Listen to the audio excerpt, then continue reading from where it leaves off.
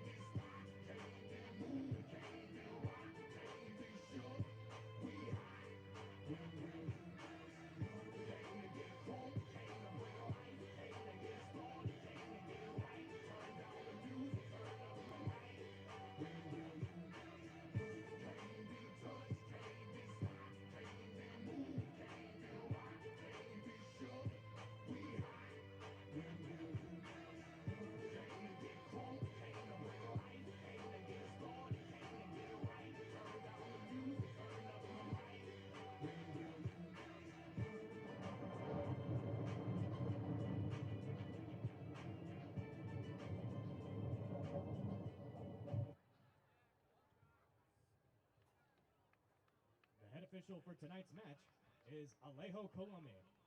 The assistant referees are Sean Michael Kemp and Kendall McCardo. The fourth official for tonight is Amin Hadzi.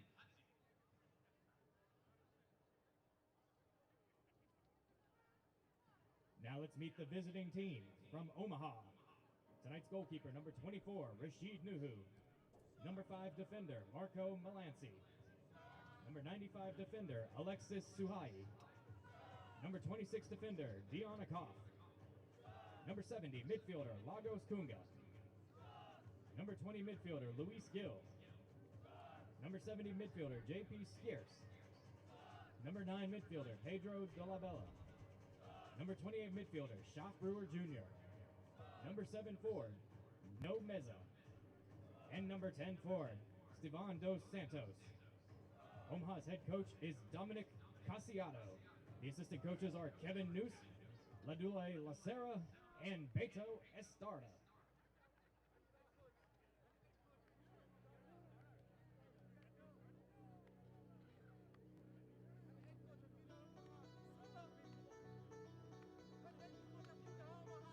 And now, the starting 11 for your Tormenta FC. Goalkeeper and captain, number 1, Pablo Jara. Defender, number 12, Deshaun Nembar. Defender, number 13, Dalton Knudsen. Defender, number 23, Preston Kilwine. Defender, number 16,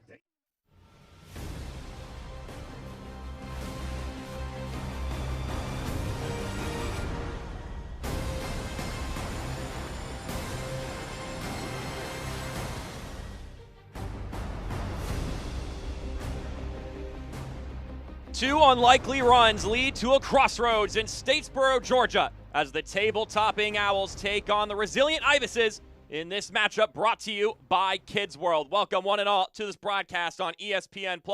My name is Mark Schoenster, excited to bring you the action in this one. A lot of implications in this game, so with that being said, here are the standings brought to you by Savannah Hilton Head International.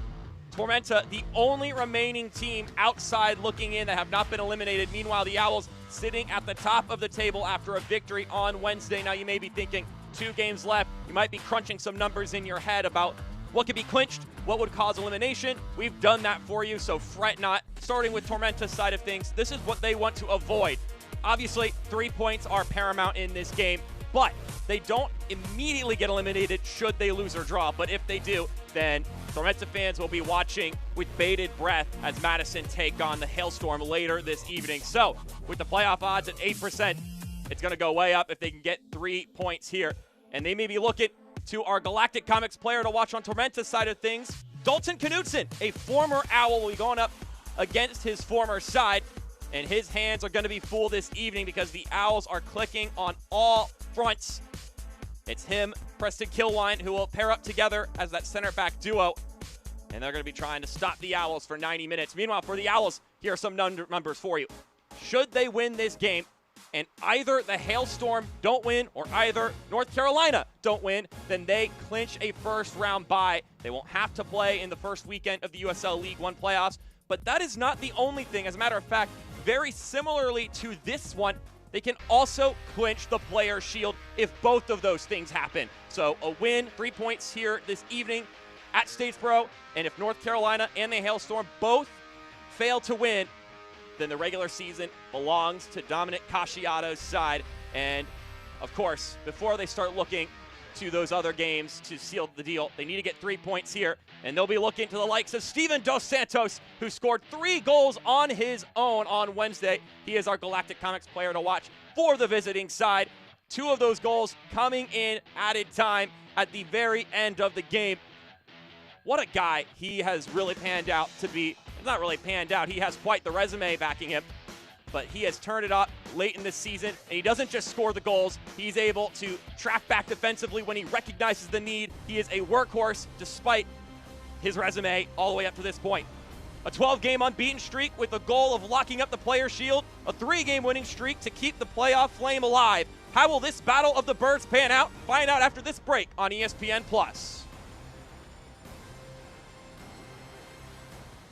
At Savannah Hilton Head International, you can choose from 11 different airlines, including Southwest Airlines, Breeze Airways, and Avelo Airlines. With up to 70 daily nonstop departures and over 30 nonstop destinations, Savannah Hilton Head International gives you more choices for a travel plan that fits your needs. Savannah Hilton Head International. Visit flysav.com.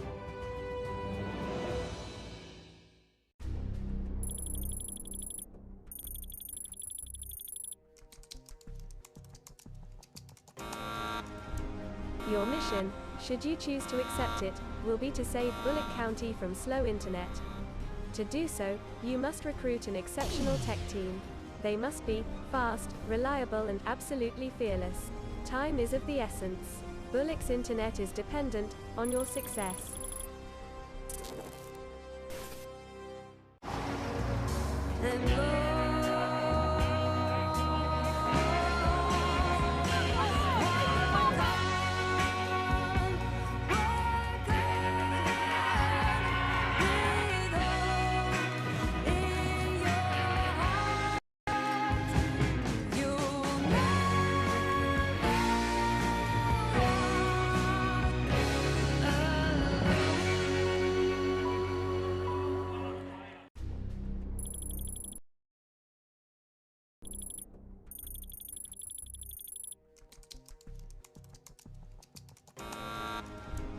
Your mission, should you choose to accept it, will be to save Bullock County from slow internet. To do so, you must recruit an exceptional tech team. They must be fast, reliable, and absolutely fearless. Time is of the essence. Bullock's internet is dependent on your success. It's a series between two clubs that has been awfully lopsided, but if there was ever a chance or a game where Tormenta needed to tip it in their favor, it is this one. It's South Georgia Tormenta playing host to Union Omaha here on ESPN+, and they're being walked out by the likes of Case and Gaskin. We'll talk more about him during the game. First, we got to dive into these lineups brought to you by Statesboro Real Estate. Ian Cameron's side rocking the 4-4-2. They're going to be without Nick Akoto today due to yellow card accumulation, which means Davey Mason slots in on that back line. Either him or Deshaun Nembard will be on the left and right. Both have played in each position at different times in their careers, so we'll see which sides of the fullbacking they will end up slotting into this evening. Meanwhile, on the other side of things, for the visiting Owls, not too many changes here for Dominic Casciato's side after a victory on Wednesday. Lagos Kunga, though, getting his first start. He steps in, and Joe Gallardo steps out in his place. I would expect Luis Heel, although sitting in the center there, to cheat up further forward, relying on the likes of Pedro Dolabella and JP Skierce, doing the defensive work more so in the middle of the pitch. Once again, without the likes of Connor Doyle. You can see here, Pablo Jara, still the starting goalkeeper for Tormenta. Ian Cameron was telling me that he's going to need to make some big saves this evening, and they need his leadership for all 90 minutes. They have scraped and clawed themselves back into a position where the playoffs are still a reasonable thought. That was not the case a couple weeks ago. But with this whistle, and after 90 minutes, it could become a lot more real if they can pull off a huge win against the Owls. We'll find out if that's the case here on ESPN+. It's not going to be easy to do so, though. Union Omaha, 12 games unbeaten, 11 of those were victories, including on Wednesday in a dominant performance at home against the Charlotte Independents. A wildly impressive matchup. And it looks like it'll be just Sean Nembard on the right-hand side. Davey Mason will be on the left. So there's the answer to the fullback question. Nembard typically starting on the left-hand side. Davey Mason replacing Nick Ikoto, but they're opting to put Mason on the left, where he is more comfortable, and Nembard will play on that right-hand side. Once again, we welcome you in on this broadcast. Huge game here. The Owls with a victory and some help could clinch the Players' Shield. Tormenta with a victory and some help could see themselves in a playoff spot. Ball gets crossed in. And Steven Dos Santos, after the hat trick on Wednesday, was looking to pick up right where he left off. Scored in the final moments of that game and was looking to make the very first moment in this one also his.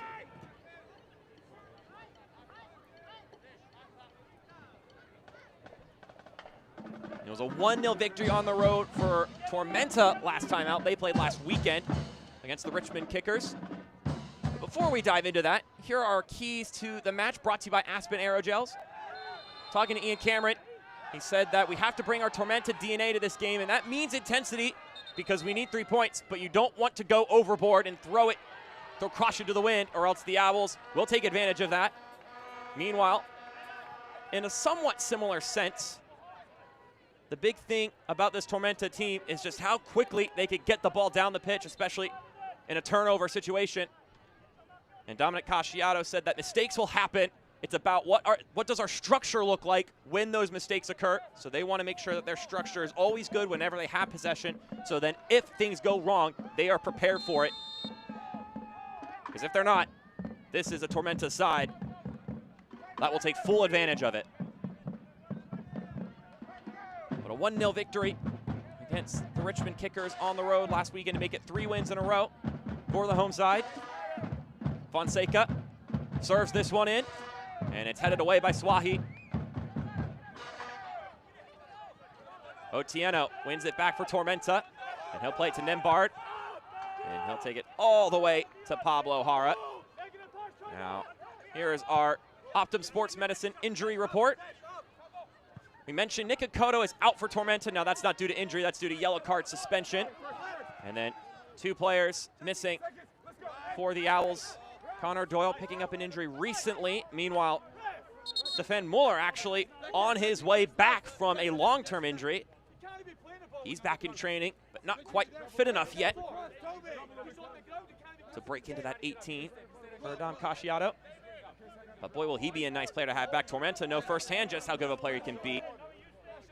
That was the last time we really got a chance to see him in his element, was when he was wearing Tormenta colors.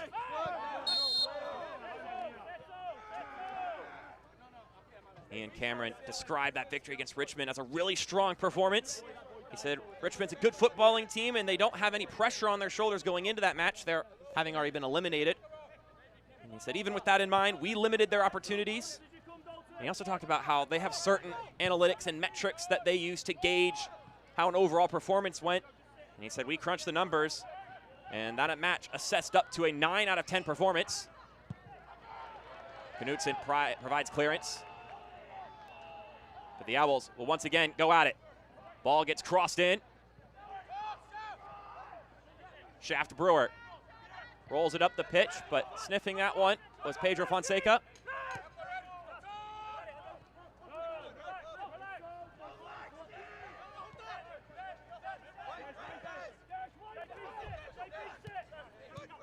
A 9 out of 10 performance, he said. Now, he would have liked to not have that scary moment right at the end of the game, but, you know, that's League One. Scary moments happen in every match. Richmond nearly equalizing in the dying moments of that game at City Stadium. But also, on the flip side, Will Palmquist had some fantastic saves to keep the kickers in it. Here's an effort, and it slips wide. Lagos Kunga, in his first start as an Owl, was trying to get his first goal as an Owl. One of many players from the Des Moines Menace that make that jump to USL League One.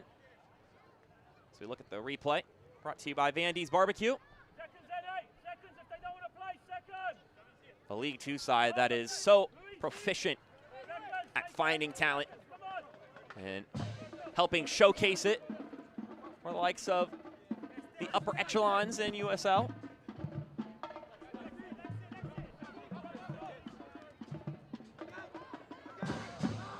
Here's Rashid Nuhu. Has to get that one out quickly. Boschwa slips up on that ball, and Dion Akoff will gratuitously take it.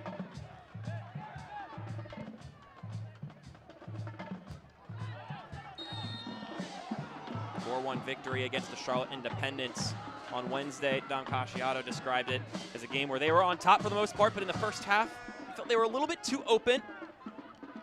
And some moments in transition where the Jacks hurt them, including the one goal they conceded. But at the half, they made some adjustments, and then they had control the rest of the way. Steven Dos Santos ailing the back of his head. He gets a little beat up in these games.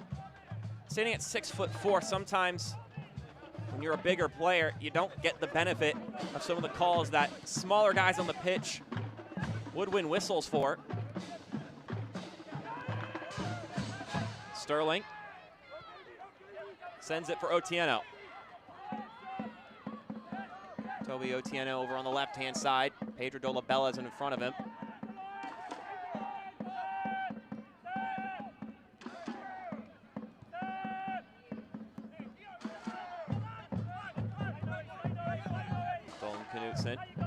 Former Owl, excuse me. Here's Mukwele Akale. It's him and Keziah Sterling who are the most dangerous goal-scoring threats on this Tormenta side. But Otieno could shoot it too. Otieno inside for Sterling, falls to Fonseca! It's saved by Nuhu. Not enough bite on that shot. But that one reached the boot of Pedro Fonseca, the Brazilian.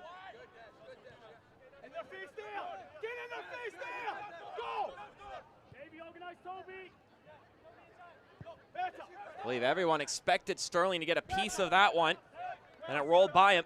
And Pedro Fonseca with the first opportunity for the home side here this evening.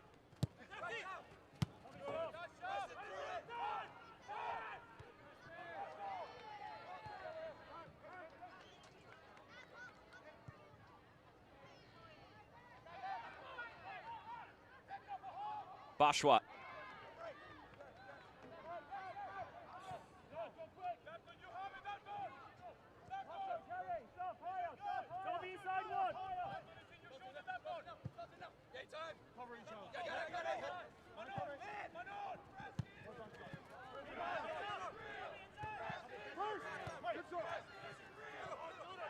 Akale. Scampering forward. Mukwele Akale still going. And he gets gashed into by J.P. Scarce. You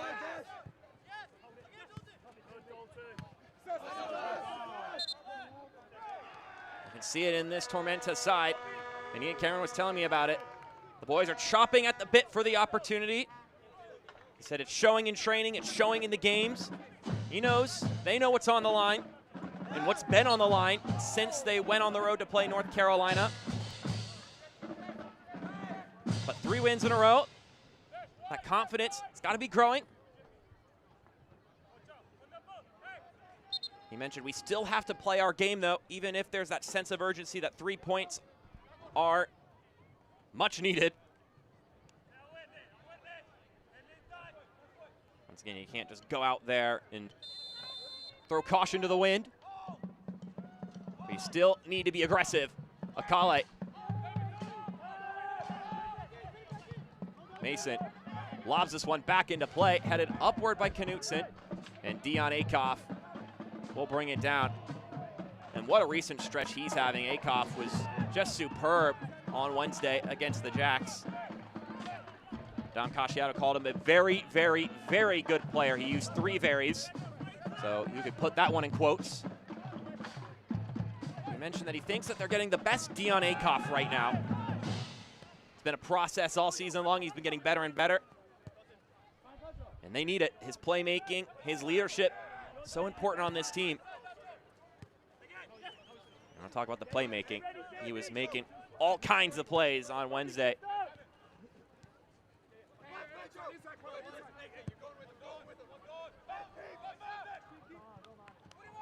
Hara. Get to the ball.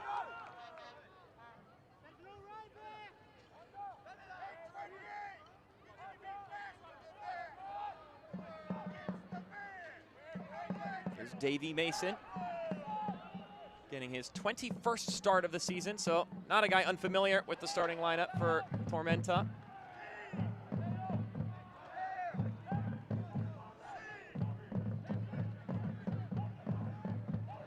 Another angle you can throw into this game.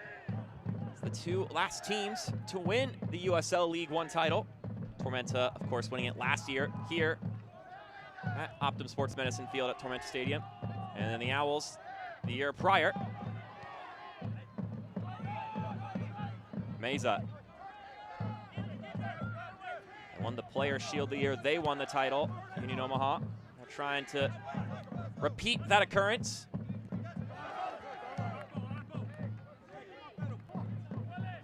Worth noting, I mentioned earlier, it's been a bit of a lopsided series so far. Not just this year, this season, the Owls have won both games. See the Statesboro High School Marching Band. Going to help propel Tormenta to their first win against the Owls this season, but not just this season, in the history of the series.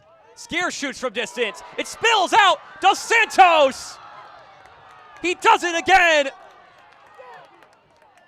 And the table-topping Owls are on top of Tormenta early.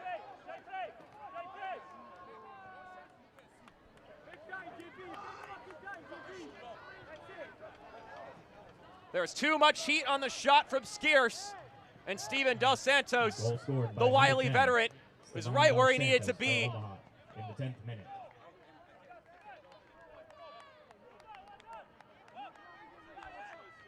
He may have been sitting offside. You can't quite catch it from that angle, but he looks behind the back line there. But the flag stays down.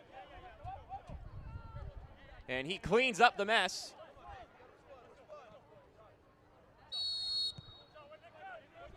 So the Owls having the 1-goal lead early here, and Steven Dos Santos with his 12th goal of the season.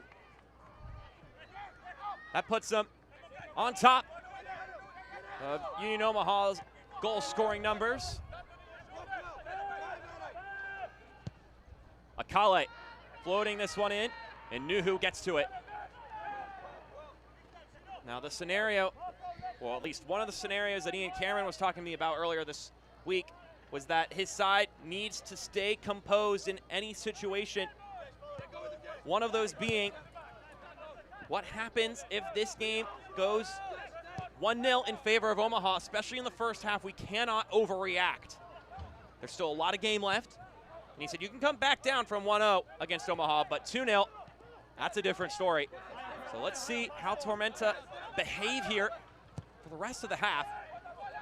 You don't have to change anything you're doing. At least not until the break.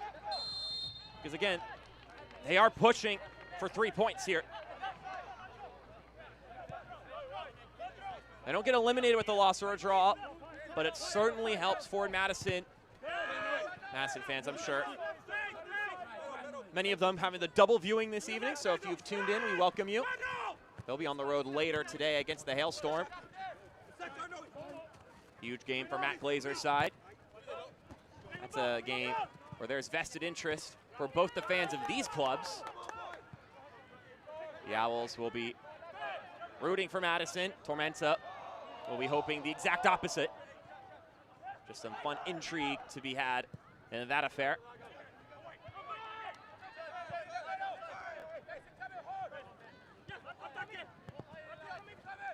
Saw some of the social media posts after the game on Wednesday. I enjoyed the nickname Steven Trace Santos from his hat trick. He's already back on the score sheet here. It's a series in which Union Omaha leads Tormenta 6 wins to 0 wins and just 3 draws to be shared between them.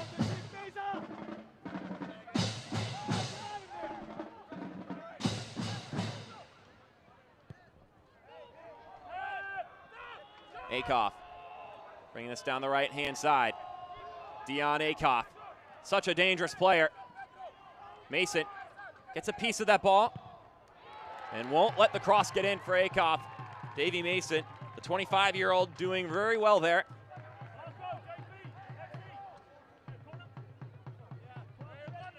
Many a player has been bested one-on-one by Akoff.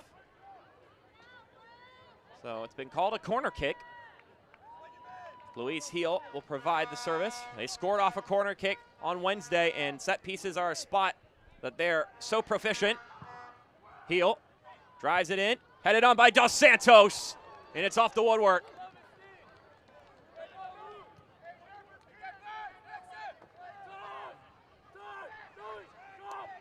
Always hungry for more.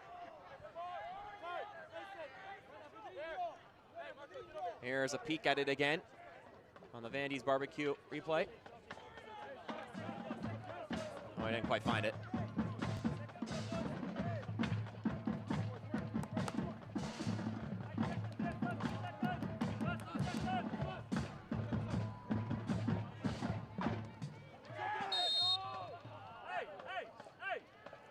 So free kick coming for Tormenta. I'm talking to Ian Cameron, I asked him, what makes this Omaha team so good? And he said, well, it's a team full of champions and they're dialed in. It's a bunch of guys who have played in high-level environments. He mentioned that as of late, they've started to look like the Omaha of years past. They're physical, great on set pieces. But the main difference between last year and this year is that they have Steven Dos Santos up top. Akale with the service in. And Swahi does well to head that one away. Felt they lacked that target man last season, Ian Cameron, but Steven Dos Santos provides just that. He said Dom Casciato has really figured out what works for these guys, and they are clicking. And clicking is the least you could say. They are doing very well for themselves, looking to make it now 13 games unbeaten as it currently stands.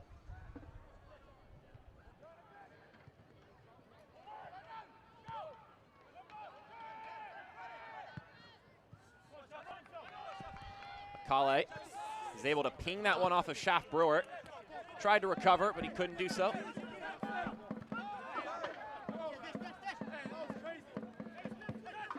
Casciato called the Tormenta side a group with some very good attacking players across the board. They'll be looking to display that here. Not the best ball from Fonseca. He said it's a team that'll be dynamic going forward, and they can do it quickly, so we need to be ready when they do so. Which brings us back to needing to maintain structure at all times.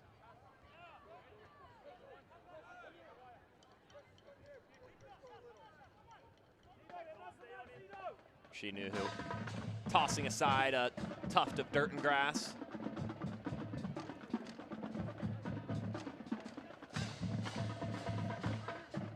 The rolling drums in the background here at Tormenta Stadium.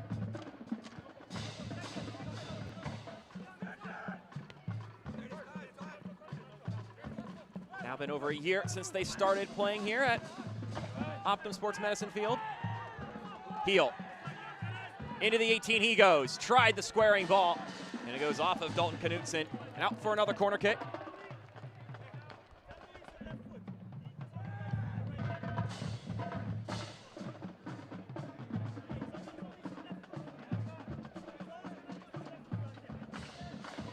Another corner for the Owls.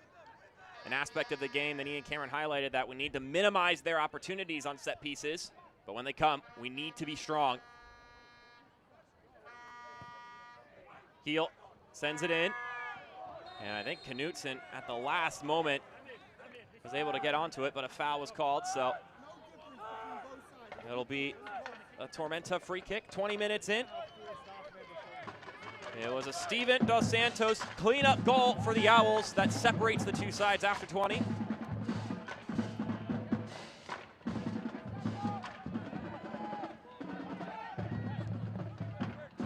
So as it stands right now, should the scoreline not change, Omaha would be awfully close to clinching up a bye and are putting themselves in a great position to lock up the Players' Shield.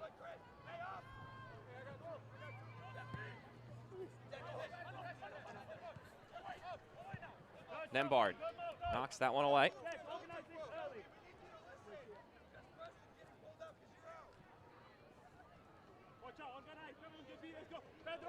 Select the official match ball supplier of the USL League One and many elite leagues throughout Europe. Visit www.us.select-sport.com for the latest Select products, specials, and more. Select, the player's choice.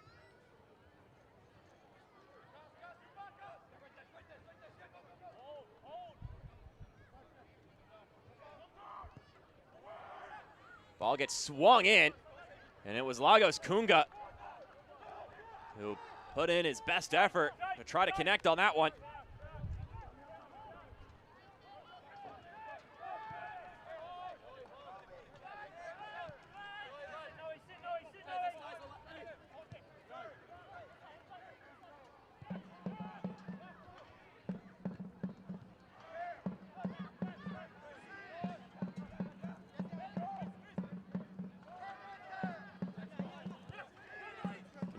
Will play it over to Nembard. Akale, so apt with the ball at his feet. And demonstrating it there, Dos Santos went in for a stab. But then that ball intercepted by Dion Akoff. Always so privy to what the other team is doing, and now he puts on the burners. Dion Akoff ends up losing it there. Davey Mason once again jostling with the veteran.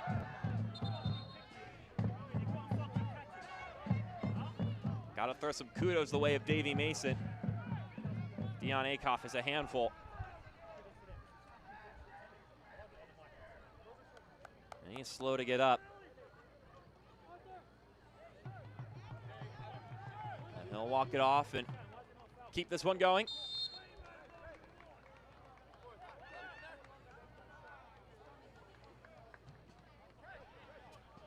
Looks like he's ailing the side of his head. Davey Mason. Guy coming over from the Maryland Bobcats, another club that has seen a lot of players find their way to USL League One. Two names that pop up in my head immediately. Both coincidentally members of Lexington. We've got Khalid Balagoon and Nico Brown.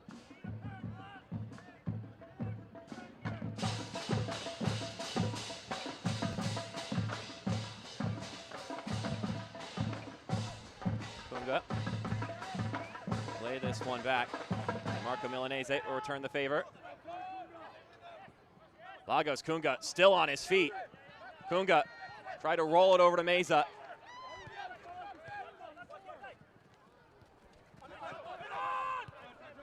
Not sure if that was a pass or a heavy touch from Ukele Akale, but either way, he relinquishes possession back to the leading Owls. Which means Tormenta will be back on the defensive side of things. They've got 2 clean sheets in a row.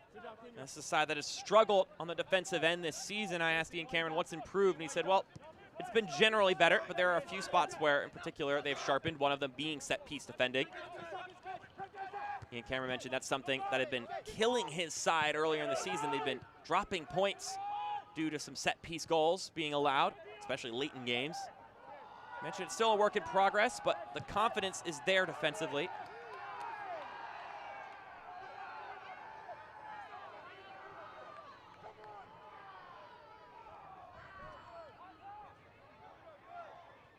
to need to be really strong for the rest of this game. You can win a match 2-1. If you go down, especially 2-0, especially, finding 3 points is going to be really difficult. Schaff-Brewer winds up for a shot, and it's into the hands of Hara, and this time he's able to keep onto it.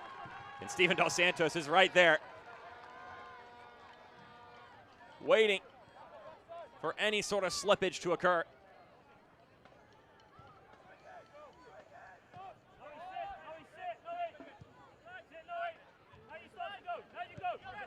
There's a lot of aspects to Union Omaha that accolades could be thrown to and appreciation could be given.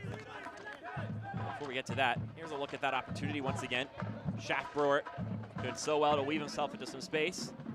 And although there was a little bit of bouncing underneath the likes of Pablo Hara, but he's able to keep it contained and maintain hold of the ball. But one big thing about this Omaha team that's really impressed me is the composure. Talked to Dom Casciato a little bit about how his team reacts to different situations. One of them being after a red card challenge against Chattanooga a couple weeks ago, where very reasonably fights break out after reckless challenges, and they kept their cool. Asked Dom Casciato, is it a player thing that you just search for players with that kind of composure, or can you teach it? And he said it's kind of twofold. It's both of those things at once. Heel with the service. This ball heads down and out of play for a goal kick.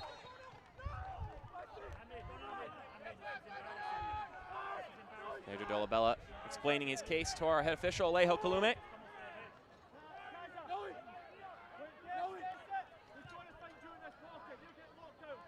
But when it comes to composure, you look for guys who can manage their emotion. So it's certainly an aspect that comes into play when it comes to recruiting and scouting potential players you want to add to your roster. But Dom Casciato also told me that throughout the season, him and his coaching staff have been preaching that when your body is racing, your mind must be cool. They preach it a lot throughout the year. Meza gets thudded there by Nembard.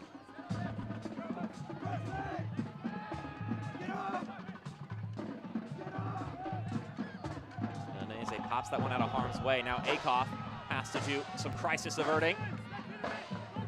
He's so quick with the ball at his feet. He can wind around a corner, wind around a body with elegance. Dolabella back to Nuhu. And here's some of that composure, showing itself for the Owls. Despite feeling some of that duress from Tormenta right by their goal, they very calmly knock the ball around and wait for the chance to get it out of harm's way. Sterling does well there. He gets it right back, gets a shirt tug, and we may get a yellow card for Pedro Dolabella. Not happy with the decision, but very clearly a professional foul from Dolabella. That's his 7th yellow card of the season.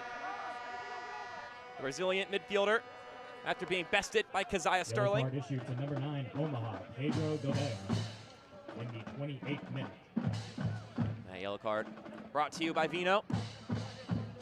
Here's a look at it again. Sterling gets by him. I mean, pretty much getting what you signed up for there.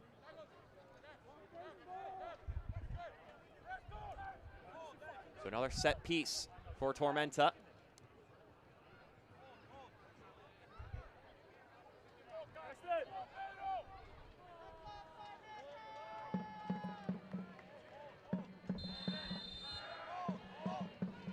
Akale serves this one in, headed forward, still in the air, and now the whistle blows. The offside flag will go up after the initial header, Arthur Boschwa being called off the mark.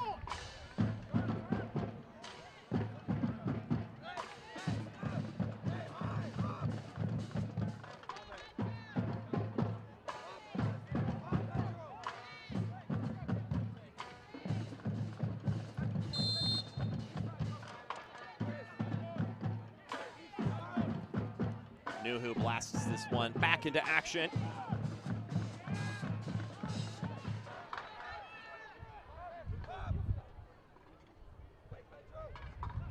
Owls can enjoy possession.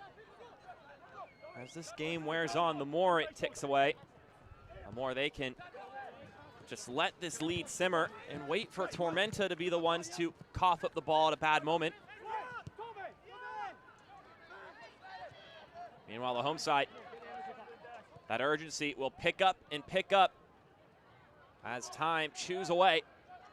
Still 60 more minutes of footballing action here, though, on ESPN+, which means it's no time for rushing yet for Ian Cameron's crew. Sterling tried to find Bashwa. Swahi does well there to lay out and keep that avenue from being available. Well done from Fonseca. He gets it right back, but then it's stabbed away by Marco Milanese.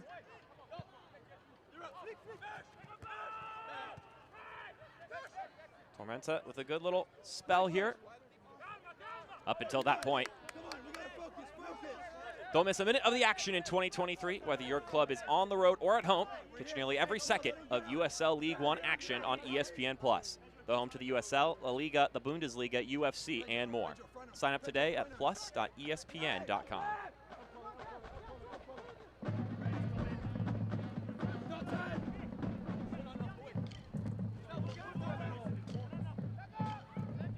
Heel over to Kunga.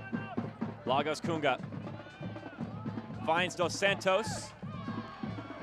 But Knutson just gets his foot on it. Which means Tormenta will push forward once again. Good dummy there from Otieno. He gets it back. He leads Davy Mason forward. He plays it back to Otieno. Kilwine backs a punch over to Mason, and then it's knocked out of play by Dion Akoff.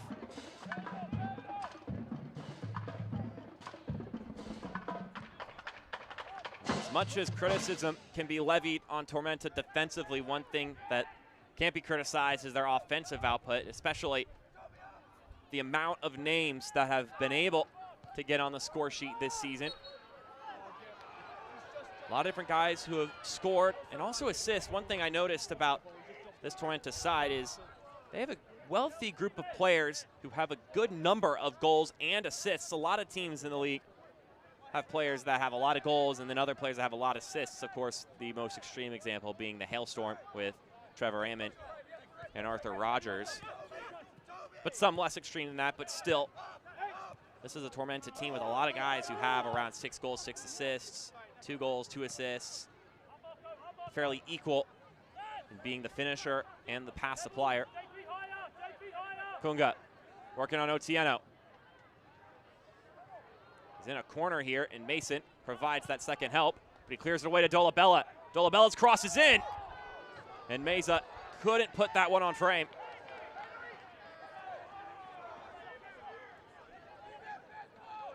Noe Meza, player has been working himself back to full health, getting his second start after returning to the 11 on Wednesday.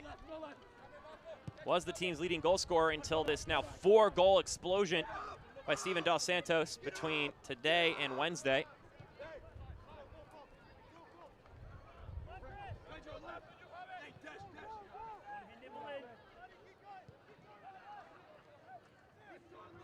When I talked to Ian Cameron about his goal and assist distribution, he said it's a stat that has come up by design. He also attributes that a lot of the guys have really stepped up and done their part. He mentioned he wants his team to be one that arrives with numbers when they attack, and he wants that load to be shared. They always are encouraging him to make that extra pass, to share the ball and make it work. He wants his attacking unit to be diverse. Now, he did give the caveat that, look, if you've got a guy like Trevor Ammett who is just churning out goals, you ride on that horse for as long as you can. But he also mentioned the one concern that comes with that is, should something unfortunate happen, you have a player get down injured, then you don't have to worry about all of your goal output suddenly vanishing, or at least a good majority of it. One critique he would give to his side, though, when it comes to the guys scoring goals, as he said, our center backs haven't scored enough, which usually means that they haven't been productive enough on set pieces. Now I'm sure he'll be happy with however they could score a goal or many goals in this game, but I'm sure there'll be a little bit of an extra bit of celebration if they can get one on a corner kick or from a free kick spot.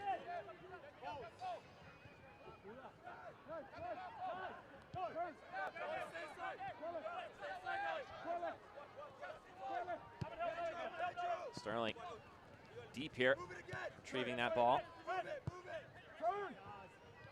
Here's Otieno. Tries to connect with Akale. He had Sterling in the middle.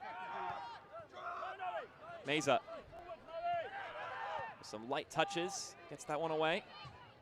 Mason gets there first, and a push from JP Scarce means Tormenta will get one of those aforementioned set piece opportunities. Now this one from well beyond the goal.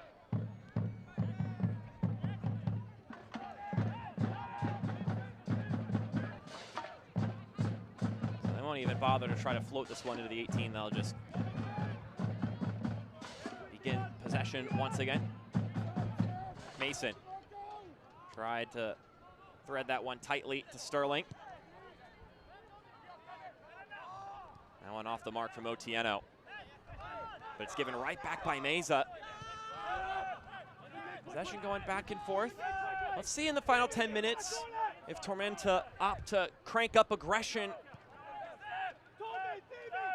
Again, they don't want to get too careless, but that locker room speech looks a lot different at 1-1 than it does at 1-0. Otieno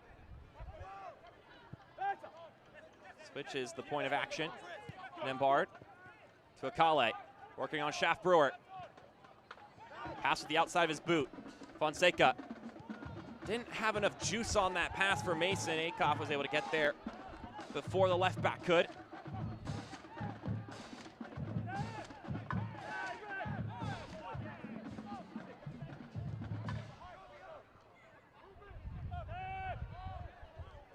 Stands right now with a 1-0 lead. Omaha will be rooting for the Hailstorm and North Carolina to not pick up 3 points. If both of them fail to do so, the Players' Shield belongs to the Owls, as long as this result holds.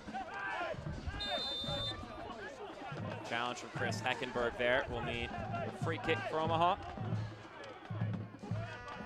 On the Tormenta side of things, if this result holds, a Madison victory would eliminate them. A Madison draw or loss does not eliminate them, and it would just mean that next week they would need to win, and Madison would need to either lose, should Madison win this game later today, or lose or draw, should Madison get a point, or should Madison... Excuse me, I'll clarify that for you in a second. Dos Santos gets caught there by Dalton Knutson, and that's a serious foul. Serious enough for a red card. Dalton Knutson. I mean, that's a clear goal-scoring opportunity. So Kaluma. Red card issued to Tormenta FC's number 13, Dalton Knutson. And our player to watch this evening for Tormenta is now going to be a player watching from outside the stadium.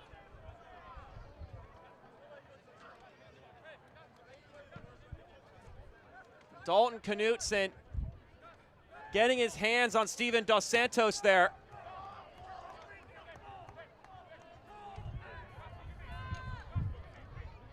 You can maybe make the argument that Pablo Jara would get there before Steven Dos Santos would anyway, but the fact of the matter is that is a risky foul. And that's the end of the evening for Dalton Knutson. So Tormenta now down a goal and down a player, which puts this game into dire straits for the reigning champs.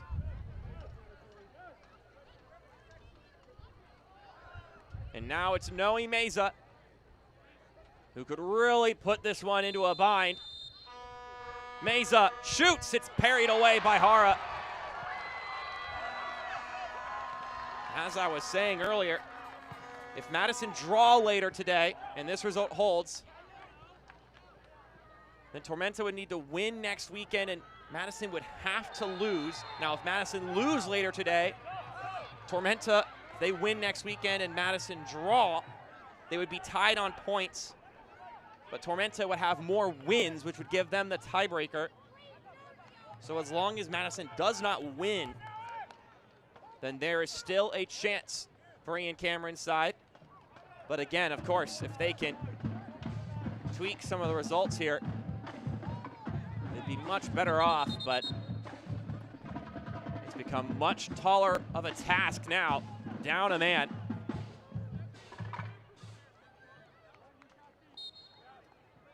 But perhaps you can muster up the energy, this being their final home game of the season, Fan Appreciation Night. It's also a Kit Cancer event and Bolt's birthday bash, Bolt being the mascot for Tormenta. I think I noticed a kid giving him a gift earlier in the stands during the action.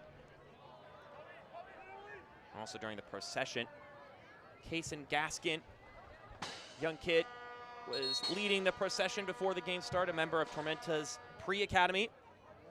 He's a kid who was diagnosed with cancer at 2.5 years old, but today is the 7-year anniversary since his surgery and being cancer-free, so obviously an awesome occasion for Kaysen and his family. And he's become a bit of a soccer guy.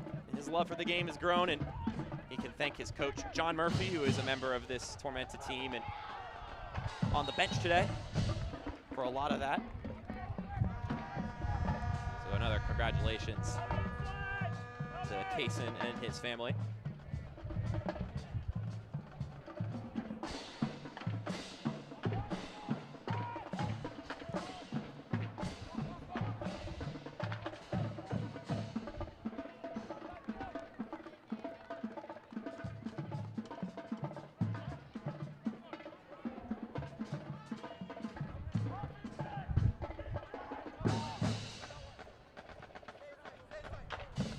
Goal in the 13th minute.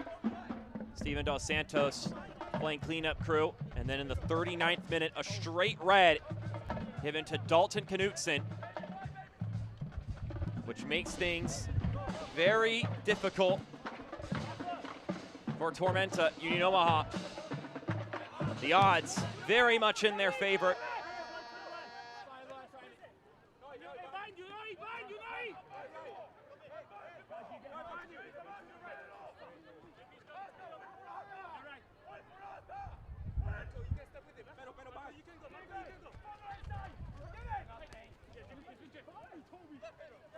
You see the likes of Jake Dangler maybe getting ready to warm up on the sideline, losing a center back. They need another guy in there to step up. And Dangler has been recovering this season. Had some soft tissue issues throughout the year, which is brutal to work back from.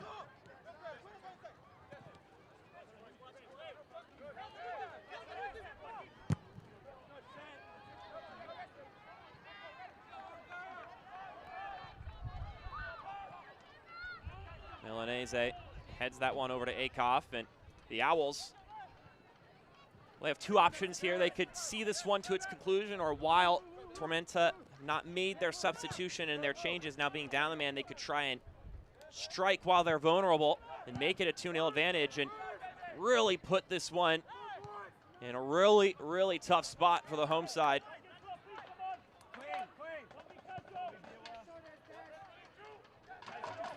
Saw the hopes of the playoffs extinguish yesterday for One Knoxville. You'll see the highlights from that game at halftime.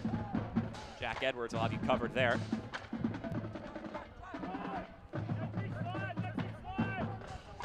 Tormenta trying to not follow in their footsteps.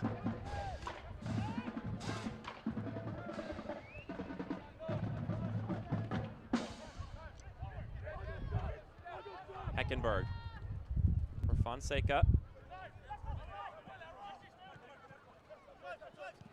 Otieno does well. Slipped by a couple of players. Now Sterling.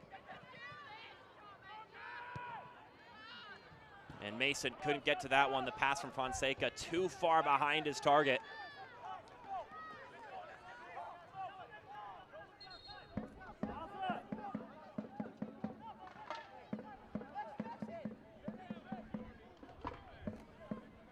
The fourth official has determined we will have a minimum of 2 minutes of stoppage time. So 2 minutes of stoppage time here for you. First half stoppage brought to you by the Clubhouse.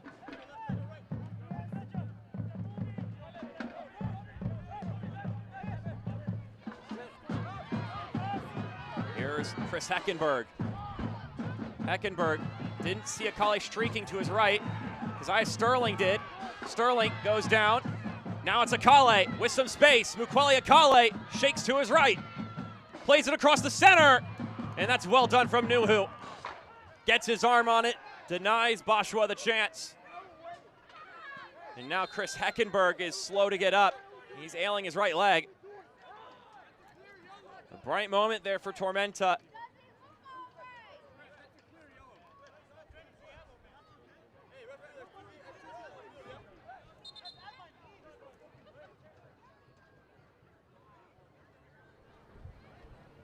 Chris Heckenberg appealing for a decision to go in his favor. He's not going to get it.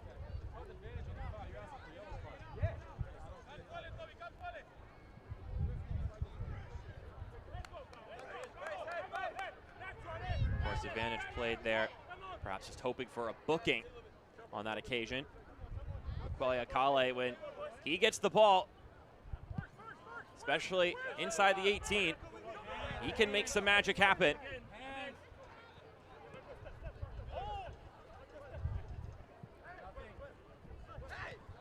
Akale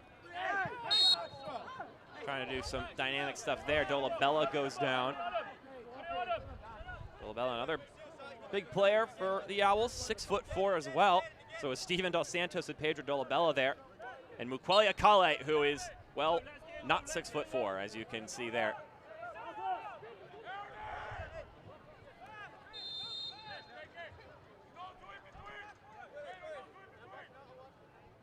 Free kick for the Owls, maybe the closing moment of the half. And Hara comes flying in for it. And that'll do it. So a goal in favor of the top of the table. And that's the end of the first and a half. man Your in score, favor Tormenta of the top FC, of the table. nothing. Union And Omaha, Union Omaha won. this much closer to the player's shield. Sitting on 3 points as it stands, a 1-goal lead going into the break. And Pablo Hara and his side find a response in the second half. Despite the adversity, that remains to be seen. But what will be seen is some great halftime content here on ESPN+. So be sure to check that out. With that in mind, that about wraps it up here in the first half. A goal in the 13th minute for Steven Dos Santos. And then the red card in the 39th minute on Dalton Knutson is how we've gotten to the point we're at now. We'll step aside for a moment. When we come back, we've got some highlights for you here on ESPN+. Hey, are you ready yet? Clubhouse in Statesboro, Southeast Georgia's best place to play.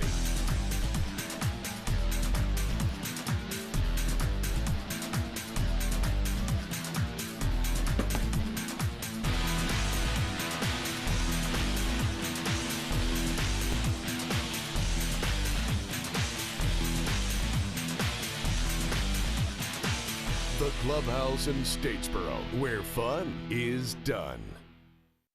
At Savannah Hilton Head International, you can choose from 11 different airlines, including Southwest Airlines, Breeze Airways, and Avelo Airlines.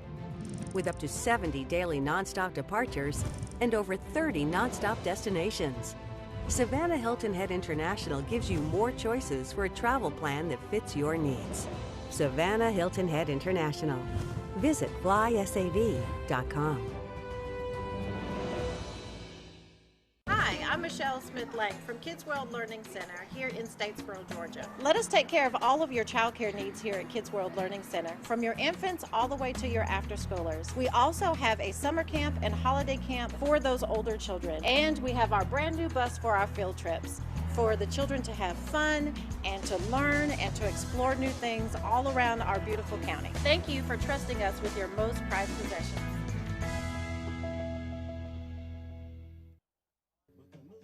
Halftime here between the Battle of the Birds on ESPN Plus, presented by Kids World. Well, 3 games have already taken place in this penultimate week of the regular season. Jack Edwards has all the highlights for you now.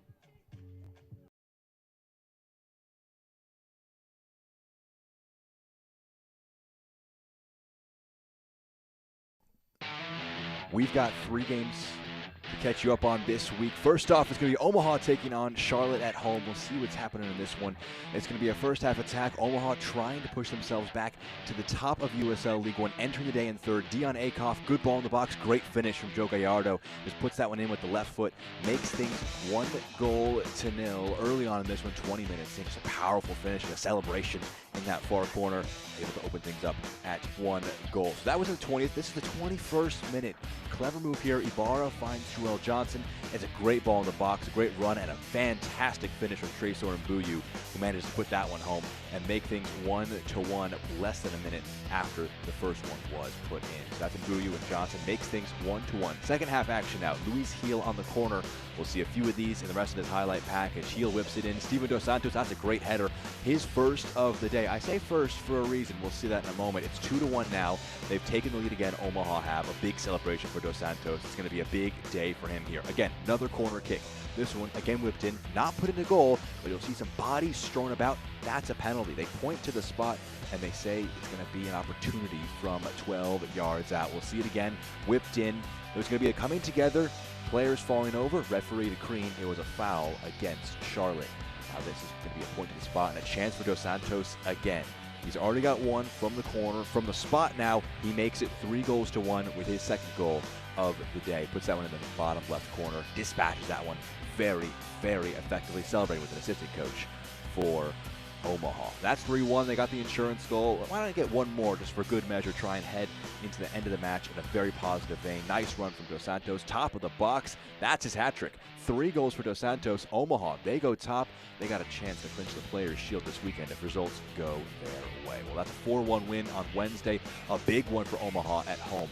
Now, also at home, Fuego taking on Greenville, also on Wednesday, as you see on your screen. It's going to be first half here, whipped into the box. Just absolute chaos in front of goal. In the end, Alexis Cerritos, the man who scrapes it across the goal line.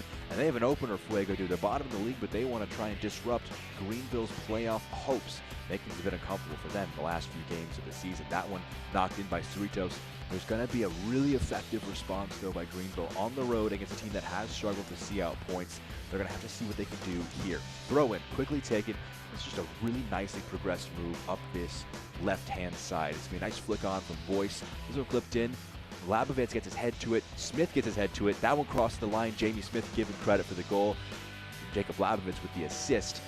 We'll see just one more time. Here's the flick on, and then the header towards goal. Even though he knocked it in for good measure, Smith, the man, given the credit for the goal there. So Labovitz, selfless. His teammate gets credit for the goal. This is going to be some nice pressure after this one's going to be launched forward by Boyce. Just put it up top. They're trying to make something happen. This one is going to be blocked, but not entirely well done. Gavilanes just keeps the press going. A brilliant sliding challenge, and in acres of space is Jacob Labovitz. He gets his goal with the assist and the goal. They make it 2-1. Let's see it again. Just textbook pressing, and this is just a phenomenal sliding challenge. Just scoop it into his path and keep the move alive. And this one just squared into an empty net. That makes it 2-1. That's how it would finish. Greenville go 5th on 46 points. A big one for them on Wednesday. And on Friday, our third and final game to show you, Knoxville hosting Richmond. Entering the day, Knoxville knew they needed a win to keep their playoff hopes alive. What a start it is. 4th minute, Matthew Bentley knocks it into his own goal.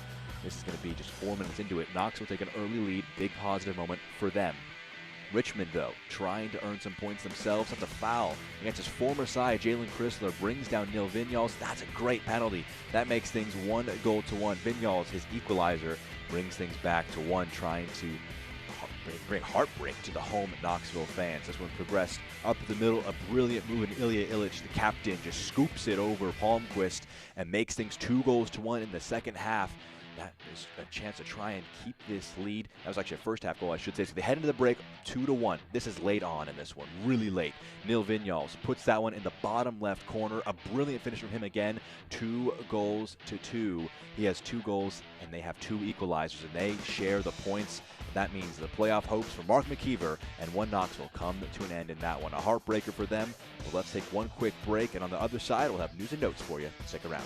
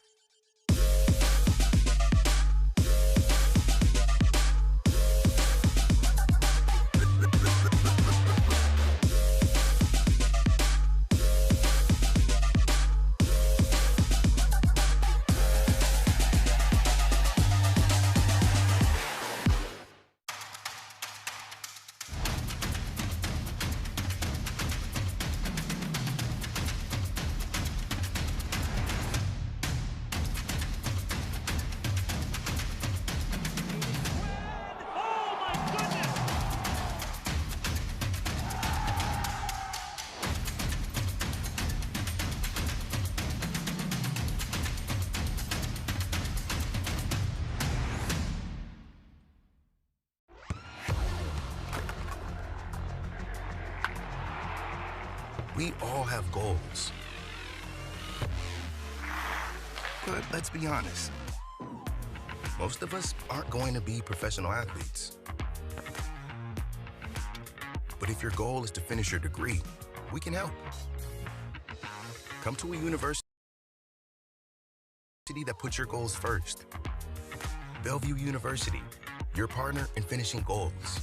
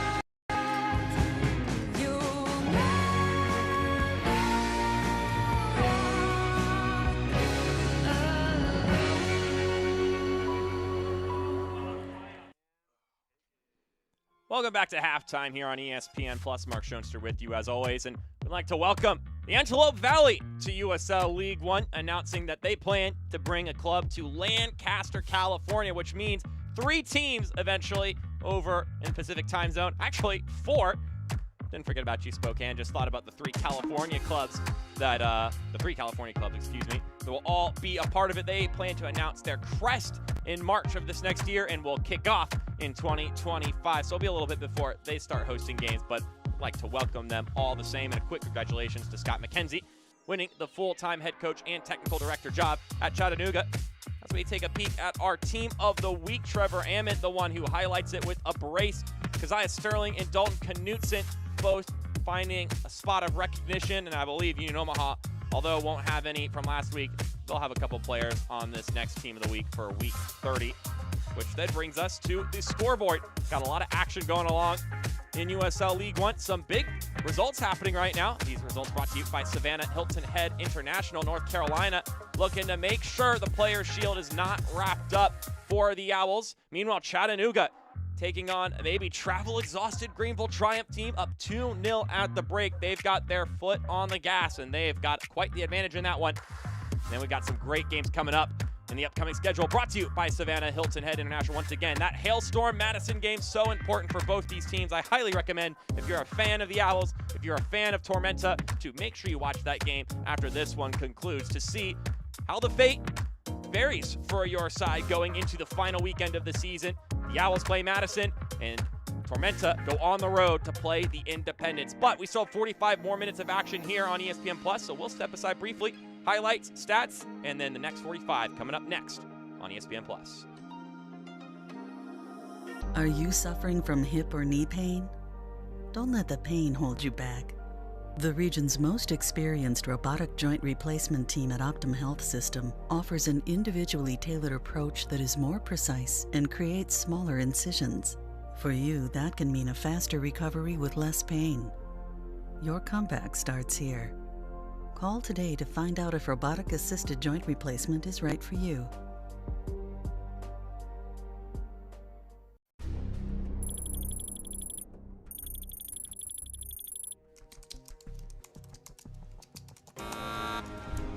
Your mission, should you choose to accept it, will be to save Bullock County from slow internet.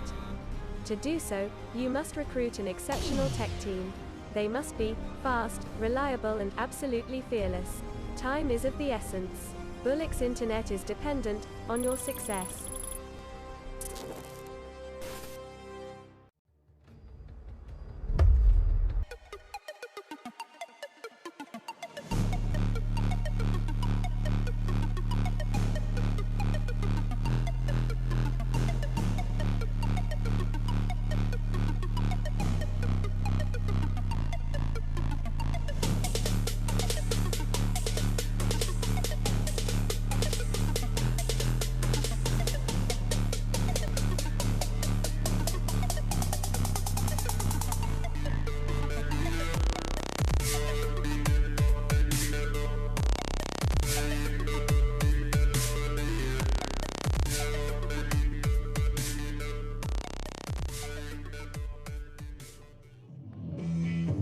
Welcome back to the tail end of the Kids World Halftime Show. Union Omaha up a goal and up a man against Tormenta. Let's find out how we got to this point in our highlights, brought to you by Galactic Comics. So here we are. First, Lagos Kunga trying to be getting his first goal as a Union Omaha player. It's his first start with Union Omaha in his 6th appearance. Couldn't quite find the back of the net there.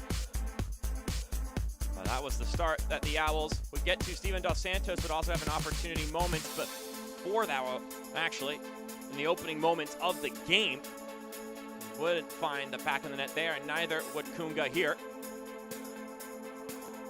It would end up being a Steven Dos Santos goal, though, in the 13th minute. That would separate between the two. Running some issues there. We apologize for that, but Dos Santos scored a goal, and then a red card given to Dalton Knutson is how we find ourselves here on the halftime stats, brought to you by Galactic Comics. 9 shots and 4 of them on target for the Owls. Just 1 opportunity for Tormenta. Now worth noting, this won't get on the stat sheet, but Mukwele Akale late in the half had a squared ball that Rashid Nuhu did very well to fall on top of and prevent from getting to any dangerous Tormenta players right inside of his 6-yard line. And now we have 45 more minutes here.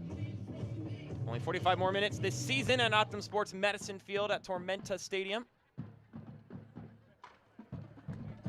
Substitutions for Tormenta Alejo FC. Kalume In number 11, Jackson Corey. Out. Blows the whistle, and we are back into the fray of things here. And the Owls hang on to this lead. In number 25, Jake Dingler. That remains to be seen.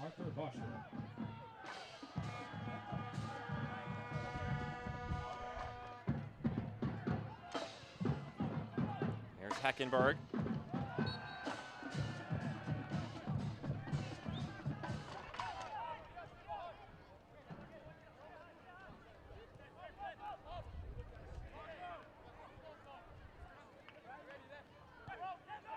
So we have 3 substitutions for you here to get you on Ian Cameron's side of things. Not going to waste any time. Going to make the adjustments he needs to make. So Kingsford Ajay will come in for Deshaun Nembard. Meanwhile, Arthur Boschwa will come out. And Jackson Curry will come in. And then Davey Mason will leave. And Jake Dangler will make his entrance. They need that extra center back.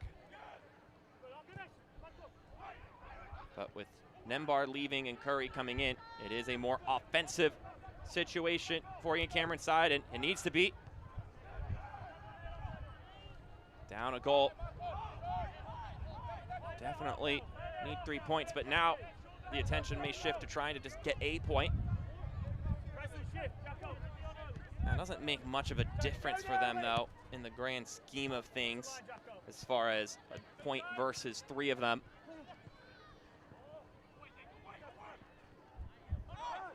Dolabella takes the shot, and that one rockets over top.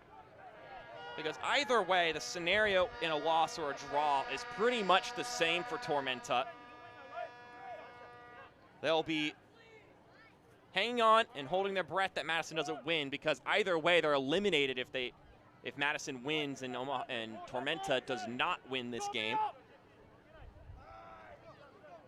And the scenario is practically unchanged if Tormenta draw this one versus whether they lose. So they'll be going for 3 points here because a draw doesn't really do anything for them.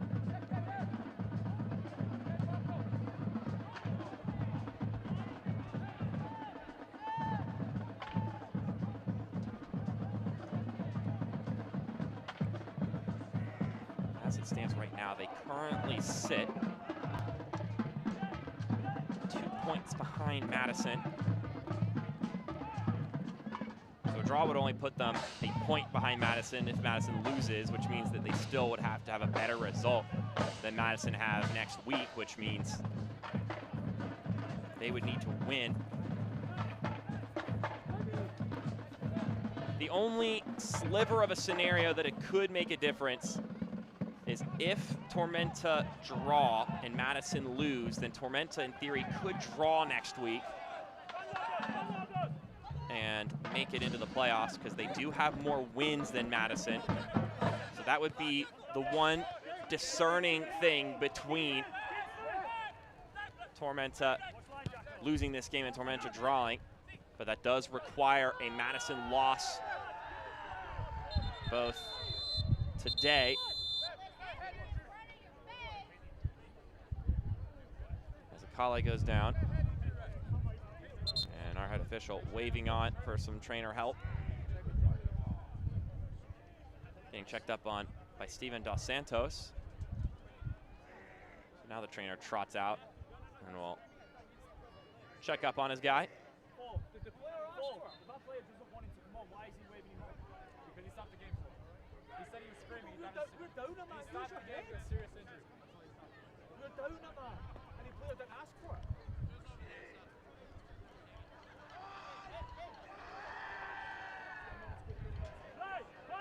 So we're going to drop ball situation here as Akale walks off the pitch and we'll have to get waved back on.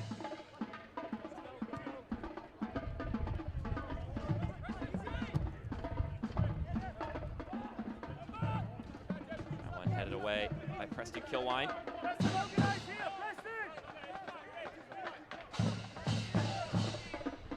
So Akale been waved back onto the pitch.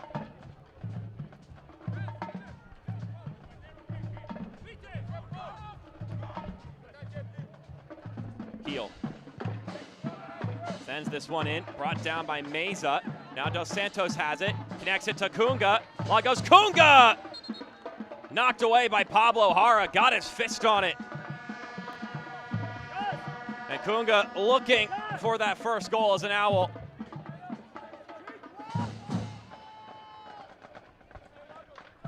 He's seen a lot of different clubs in his time, the 24-year-old. Here on the Vandy's Barbecue replay, he's denied by the veteran Pablo Jara, and actually, it looks like it more hit the post than it hit Pablo Jara. But the decision is corner kick either way, so our head official, his impression is that Jara at least got a piece of it. Heel sends in the corner, headed down by Swahi, kept in by Heel. And this one headed out of Frey. It'll be an Omaha throw. So it doesn't look like, as of right now, with North Carolina leading and also up a man against Lexington with about 7 minutes plus stoppage time to go. They won't be able to lock up the player shield this evening. Get closer.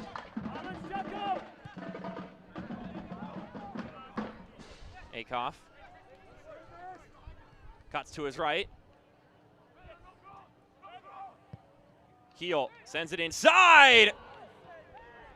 And somehow that one doesn't go in. Steven Dos Santos, hands on his mouth. Not a brace for him yet.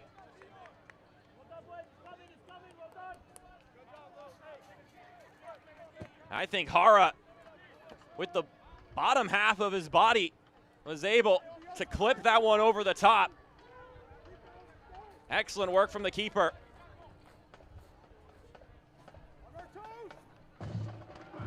Service comes in.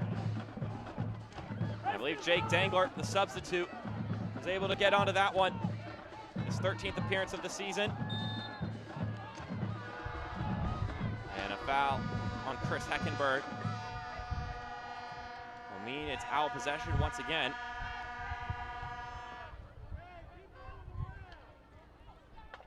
I talked to Dom Casciato about the player shield and what it would mean to win it. They get 3 points here. They're still in a really good spot to earn it next weekend. Of course, sitting at the top, it's theirs to lose. And he said, obviously the playoffs are great, but across the season, it's the best team that wins the regular season. They're the ones that win that player shield.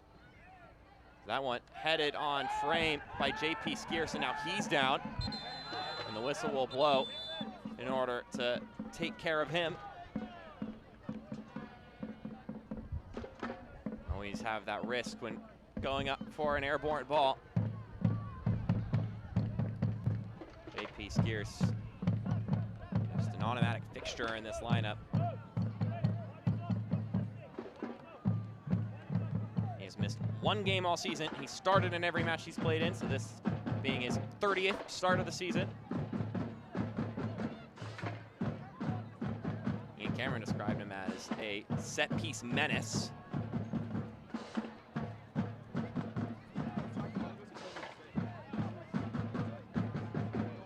Another happy birthday to Bolt the Ibis, celebrating his birthday today here on the final home match of the season.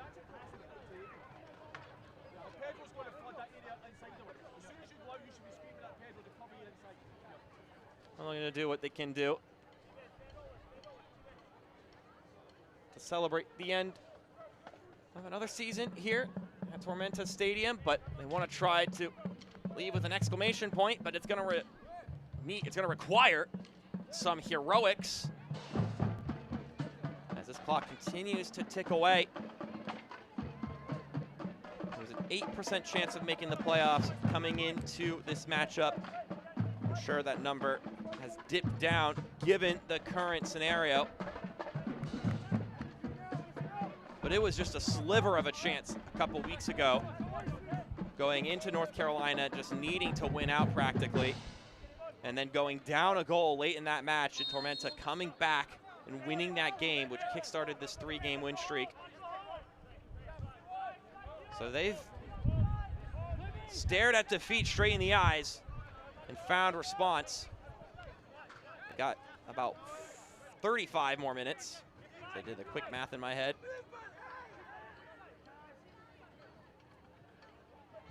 To do it again against what is right now the best team in the league.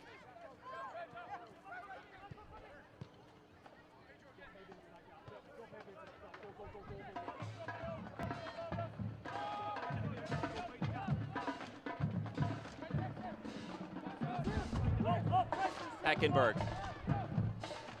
will float this one forward, trying to find Jackson Curry, who's been quiet so far since subbing in, but he's a dangerous player. Fonseca was seeking Akale.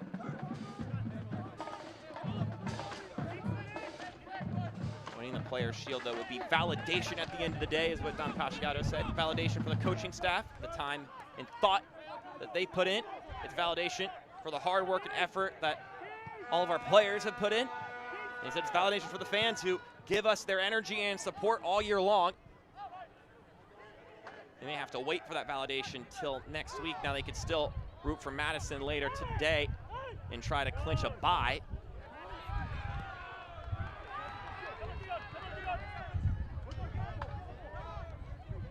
Hailstorm will look to keep it a three-man race for that player shield.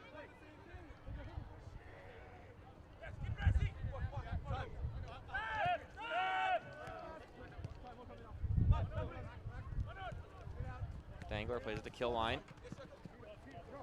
Curry gets it by Akoff. But he's right along the perimeter. And as he cuts inside, Akoff recovers. Kunga kept that one in play. Dolabella taps this one over to Milanese. Mentioned it in the first half and will say it again here. As time goes on, the Owls will more and more just enjoy having the ball and seeing this clock tick away. Heel turns. Was looking for Dos Santos inside. Instead met Jake Dangler. Big piece of this Tormenta team last year throughout the season, but of course in their winning run at the end of the season, which resulted in a League One championship.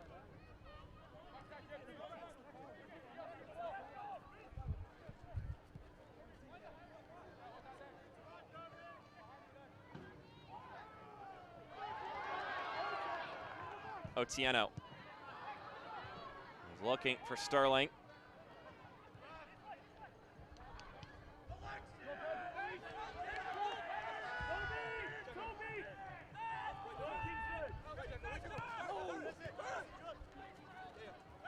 Kunga.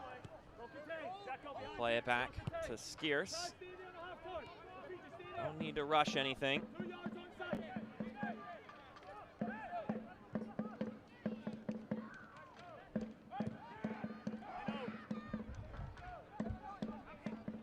Meza taps it out to his left. Here's a chance to shoot, but it doesn't reach the keeper. Well blocked by Dangler. Akoff looking to beat Curry.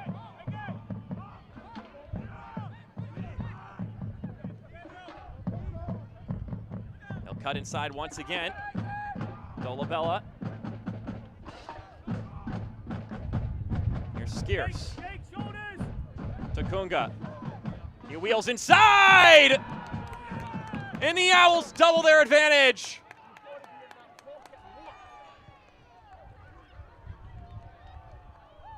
Noe Meza celebrates. It looks to be his 12th goal of the season. Goal for Union Omaha, scored by number 7, No Zema, in the 59th minute. Let's take a look at that one again. The Owls now well on their way to 3 points. Lagos Kunga sprays it inside, and Noe Meza, as he face plants, he won't care. That one's into the back of the net. He's got 12 on the season, and Lagos Kunga logs his first assist as an Owl. It's going to be a tall order now for Tormenta to come back. The Owls looking to be the first team ever to eclipse 60 points. Now, granted, North Carolina FC might beat them to the punch just due to an earlier kickoff time, but the Owls will hit 62 points. Meanwhile, North Carolina will only hit the 60 mark. Kunga again. Still with it. Steps to his right. Lagos Kunga! And moments after his first assist as an Owl, he gets his first goal as an Owl. Lagos Kunga, dangerous with the ball at his feet.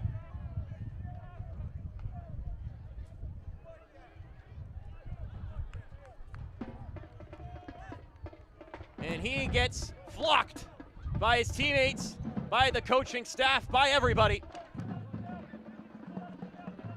Goal for Union Omaha, scored by number 70, Lagos Kunga, in the 60th minute. He does what he needs to do. It's now 3-0 in favor of the Owls.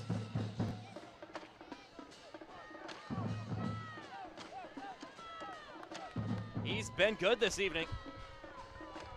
Well earned.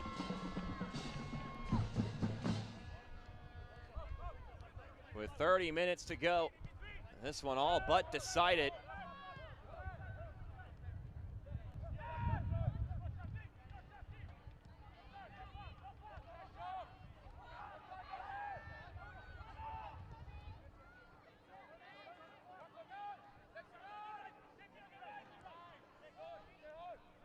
This would be the Owls' 7th win against Tormenta in the series history. They've just been simply impressive whenever they go up against this side. Madison fans will be feeling pretty good about the way this result sits. North Carolina fans and Northern Colorado fans, at this point, they just come to expect it from Omaha, a team that won 10 games in a row. You just kind of assume that they're going to collect 3 points in every game they play in as of late,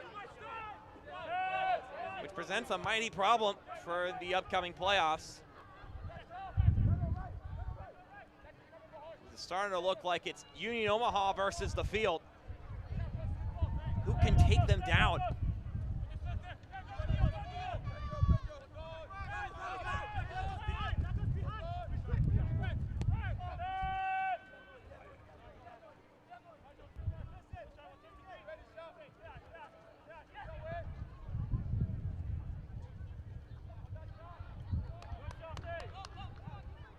Can't watch the match? Turn on SiriusXM FC 157, North America's only 24/7 source for engaging soccer talk, including USL All Access Tuesday nights at 7 Eastern. Plus hear live matches from the USL, MLS, English Premier League, and more. All on SiriusXM FC 157 and the SXM app.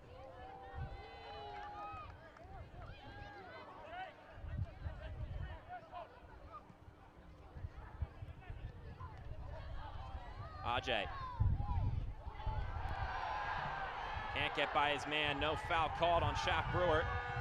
Steven Dos Santos has it now. He's within a trio of Tormenta players and they'll get cleared back to Hara.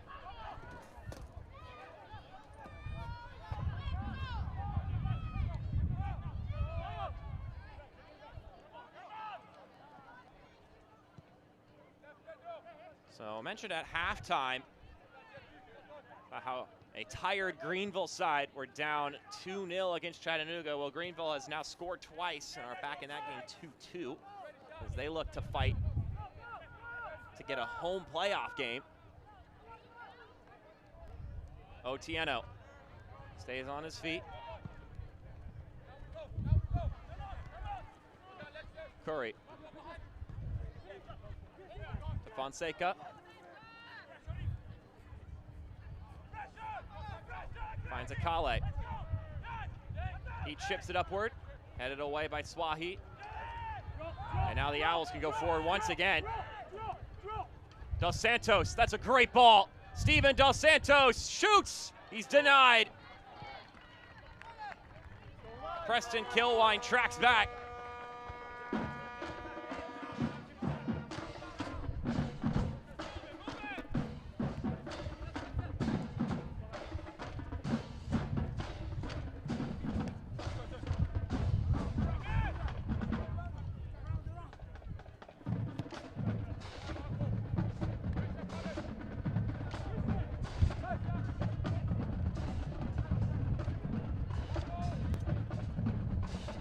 Brewer gets that one glanced out by Ajay.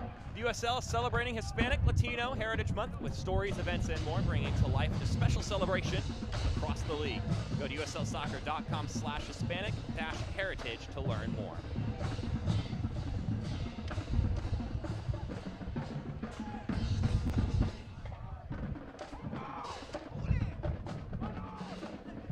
Fonseca splits the defenders, gets by Dolabella, and will dish it out to the right-hand side. Here's Ajay.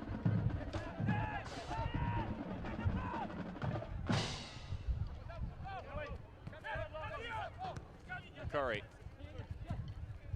Fonseca plays it from the ground after getting bumped into by Skiers. Anticipating a whistle there, but none to come. Kingsford Ajay walking this one down.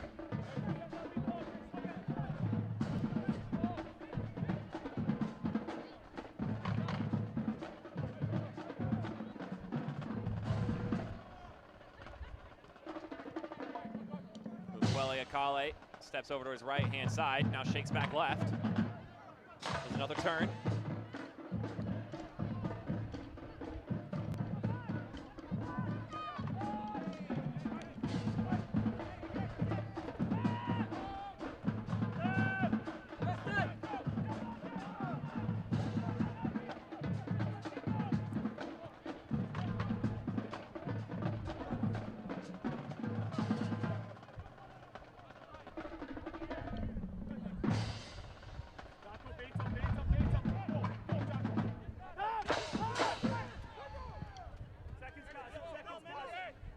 Substitutions at the half for Tormenta. I talked a little bit about the art of the substitution with Ian Cameron.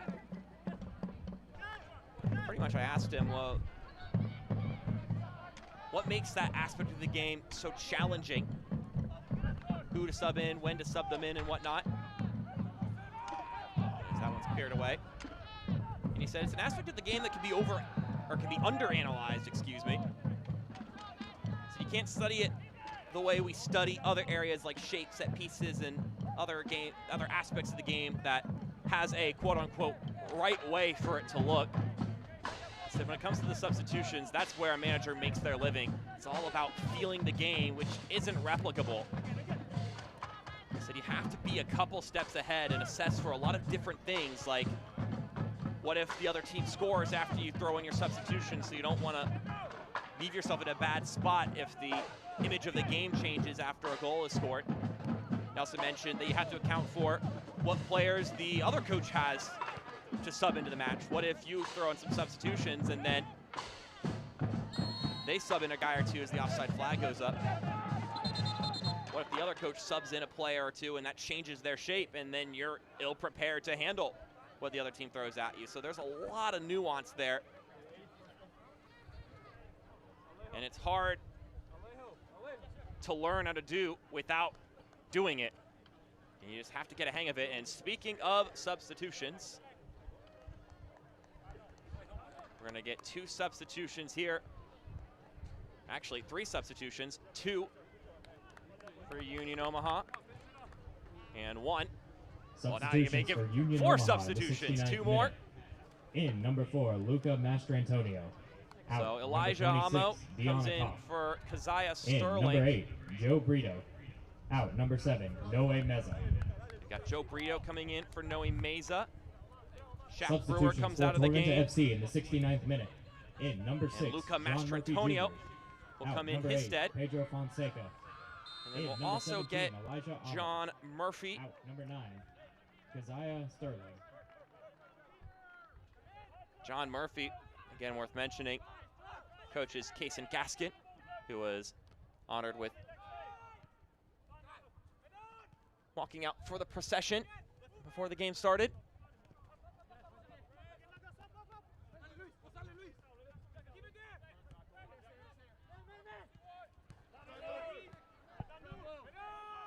Here's Kunga.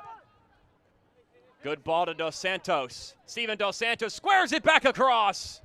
And Lagos Kunga looking for a brace. He's been quality today.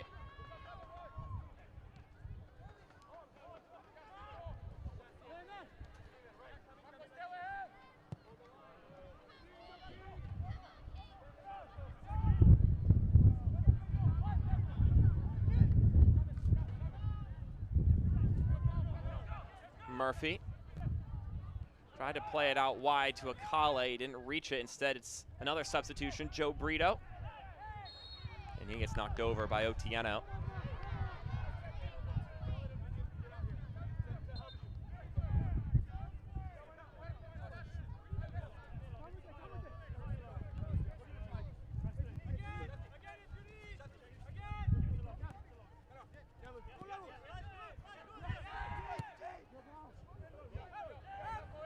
Luis Heel, not going to be denied by the offside flag. Heel floats it in, and Brito rose up for it. He couldn't connect, so it'll be a goal kick for Tormenta.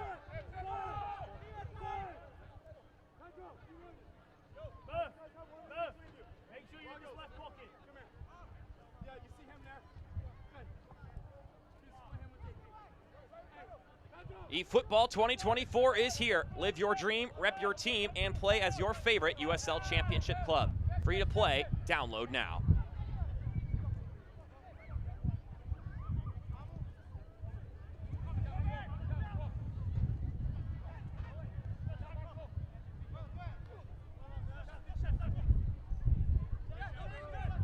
Jackson Curry in a real bright spot in this Tormenta team this season. Just 20 years old.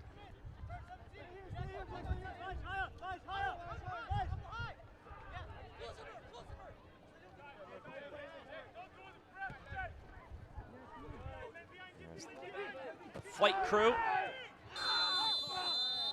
enjoying their last home game of the season as Chris Heckenberg gets his 8th yellow card of the season. Yellow card shown to Tormenta FC number 21, Chris Heckenberg, in the 72nd minute.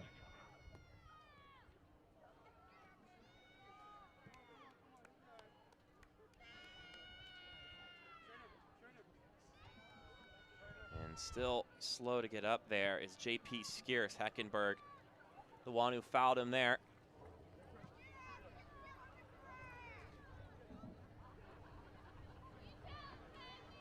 Just kicked off in Windsor, Colorado. So once this one concludes, I'd definitely encourage the Owls fans and the Tormenta fans, and well, I'd encourage fans for anybody in USL League One to watch that game between Madison and the Hailstorm. A lot of implications in that one. With the way the results hold right now, the Mingos with a chance to end Tormenta's playoff hopes if they can get 3 points.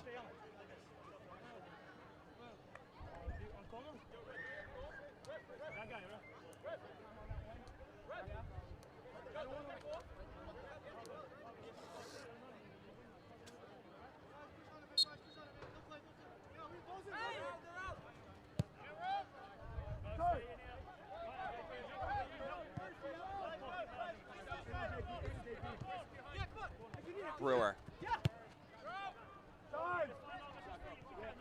plays it back.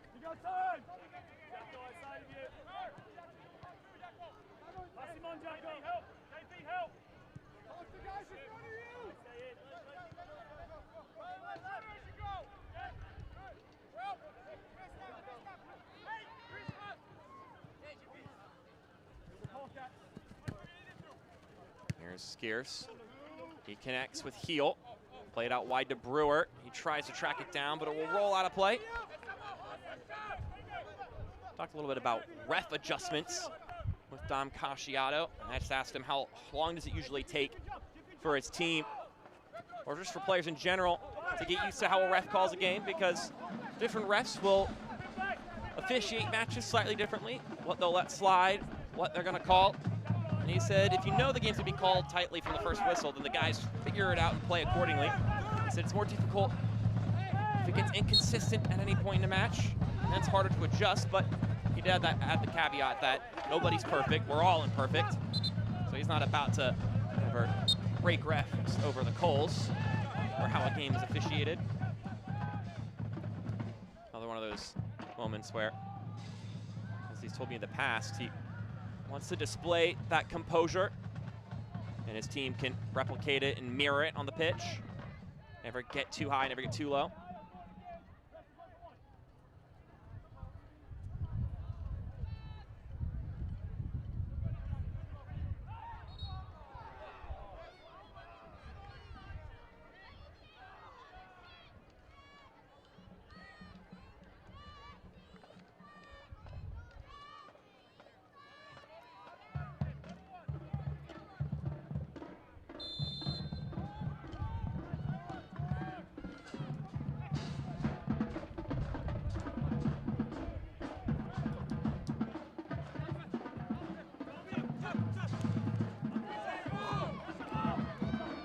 Here's Curry, shrugging off Brewer, plays it over to Amo. Elijah Amo plays it inside, and it's punched over top by Rashid Nuhu. Nuhu at this point trying to hang on to a clean sheet to get his 7th of the season. He's got 6 so far.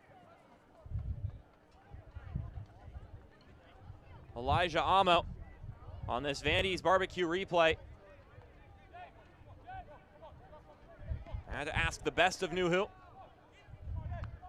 And now we get our first corner kick of the day for Tormenta, brought to you by Herb Shop. They haven't had one the entire match up to this point.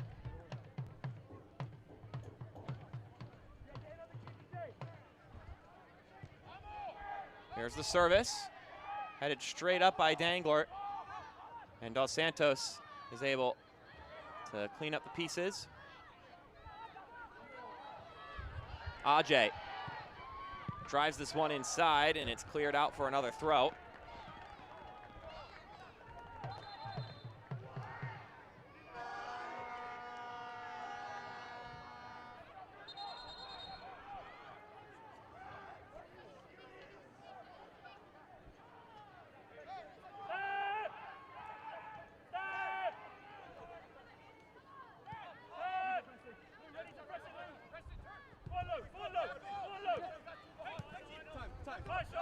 Curry steps inside, plays it to Murphy.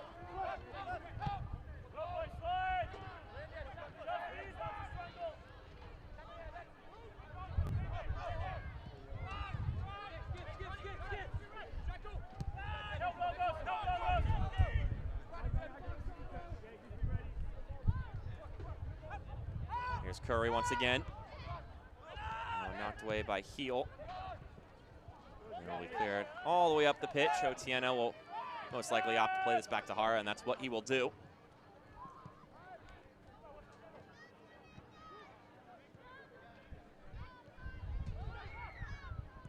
Not been the night Tormenta has been looking for, especially from the likes of Preston Kilwine and Dalton Knutson. Knutson being given the red card in the first half. It's a center back duo that's really improved as of recently. And Cameron give him a lot of compliments. So they've really found their footing as Curry brings that one down, but a center back for Omaha, Alexi Swahi, doing very well there.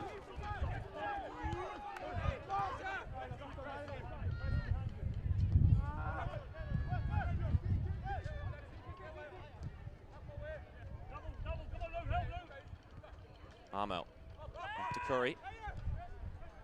Heckenberg.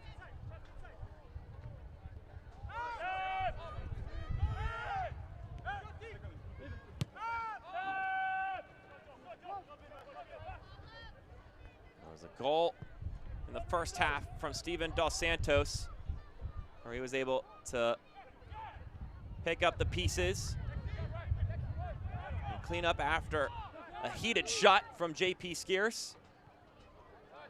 And now it's the Owls again. An opportunity and a clutch and a finish. Joe Brito, cool, calm, collected, and onto the score sheet.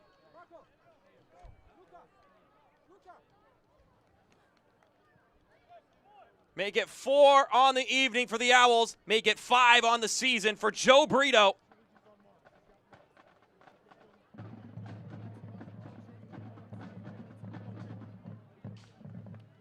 Goal scored by Union Omaha's number 8, Joe Brito, in the 80th minute.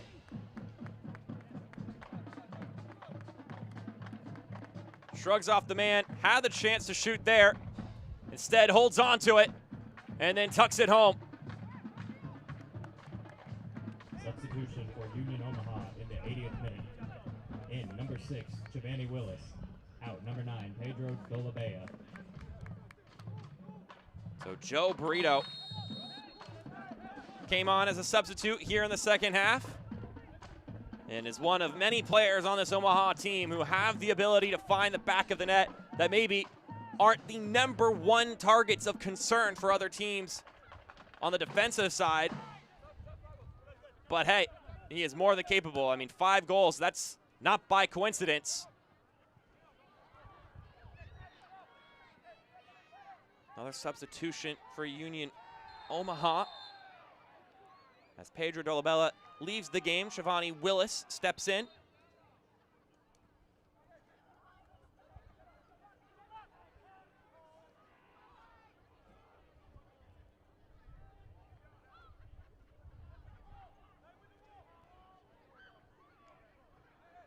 So given the North Carolina victory earlier, the only thing that can be clinched this evening for Omaha is a bye. They've got the win pretty much wrapped up unless something truly bizarre and remarkable happens. And then they need the Hailstorm to not win against Madison, that game having kicked off just recently. Service comes in, headed away by Steven Dos Santos.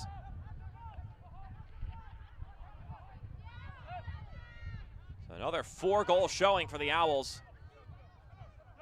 That's the second in a row now.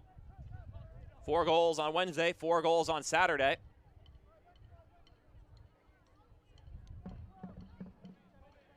But I think maybe the aspect that Dom Casciato will be more pleased with is the other number on the score sheet right now, which is 0. And also, you look across the stats, just 1 shot and 1 on target for Tormenta. So the Owls have really smothered a Tormenta side that is more than capable of scoring. They still have some time in this one. And this one pinging around, then cleared away by Schaff Brewer.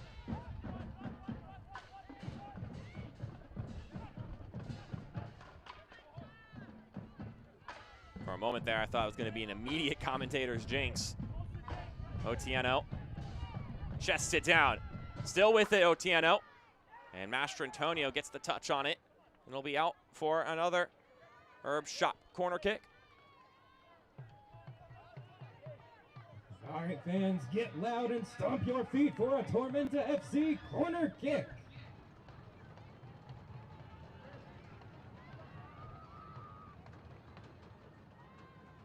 Service comes in, and a whistle blows.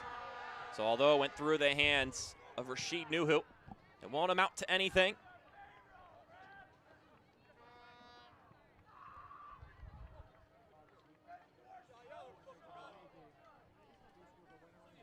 The USL League One playoffs are here, and you can catch all the action on ESPN Plus beginning October 20th. The season concludes with the USL League One final November 5th on ESPN2.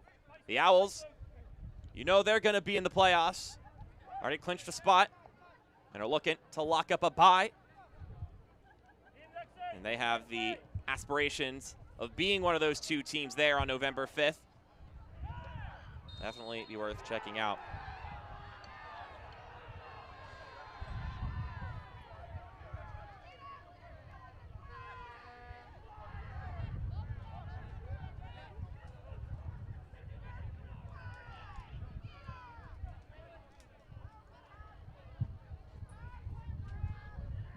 Big thing now for Omaha for the rest of this game will be to try to make sure they don't sustain anything serious, having played on the midweek. Playing again here, Joe Brito grimacing as he gets back up on his feet and attempts to shake that one off.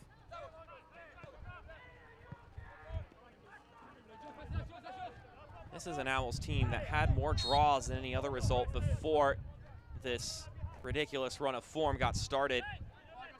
They've really found their identity since then. And boy, have they found a string of results. I was able to ask Dom Casciato a couple weeks ago. I'm sure his nose is in the film room and in making sure that everything is shipshape for his team, but in his free time, who are some clubs maybe across the pond that he likes watching, and he said he enjoys seeing how Brighton plays. Big fan of Roberto De Zerbi.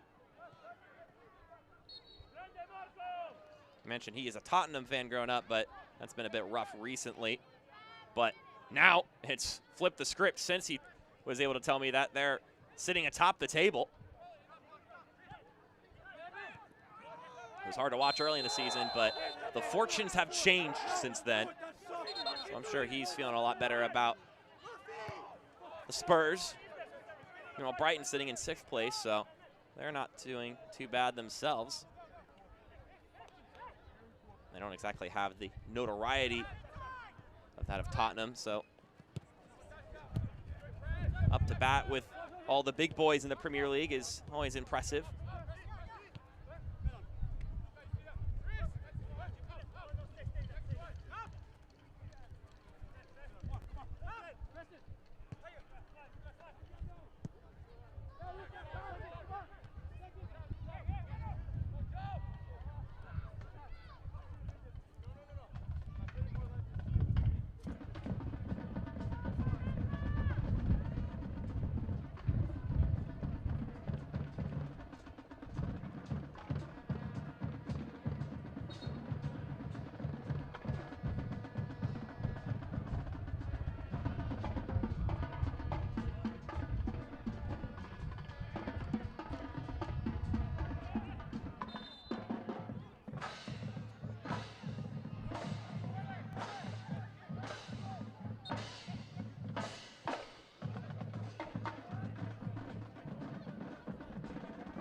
Shaft Brewer brings it forward.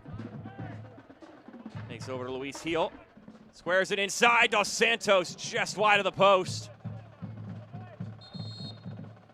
Right now it's a two-man race between him and Noe Meza for who's going to lead the team in scoring. Both tied at 12. It came into the game tied at 11.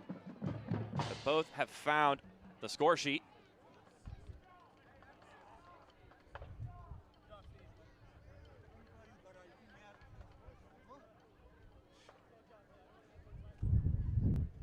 Worth noting, Luis Heel had the assist on that last goal as he comes out of the game in favor of Alex Steinwasser. The 88th minute.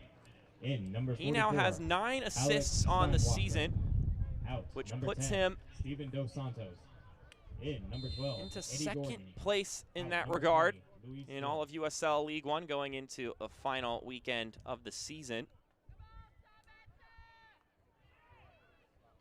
Behind only, of course, Arthur Rogers with 11 assists.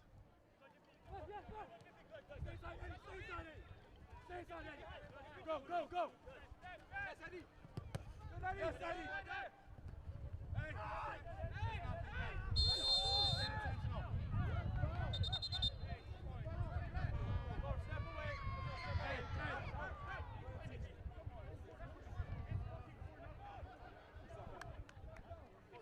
Preston Kilwine down on the ground here. It's been an unsavory night for Tormenta, but for Omaha, this is just another day in the office. It has been confident performance after confident performance from Dom Casciato's side. And they look to wrap up the season next week at home against Forward Madison.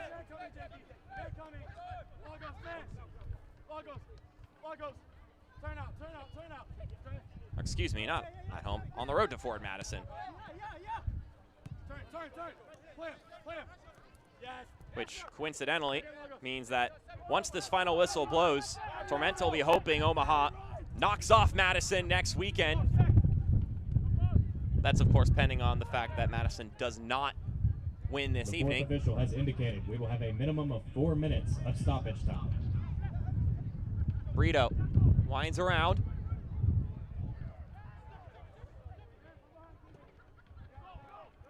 Four minutes of stoppage time here, brought to you by the Clubhouse. Eddie Gordon has also made an entrance into the game for Omaha.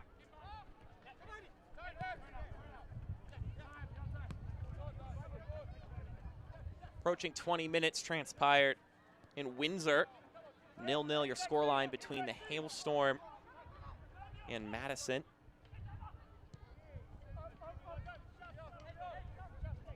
And boys, in an interesting color combination jersey-wise in that game.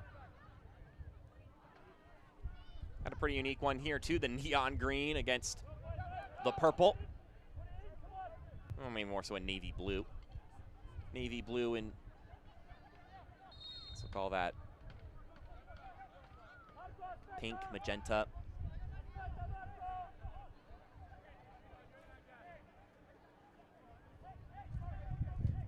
Corner kick for Omaha.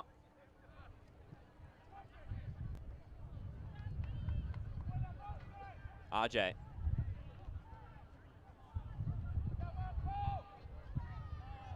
One back by Milanese.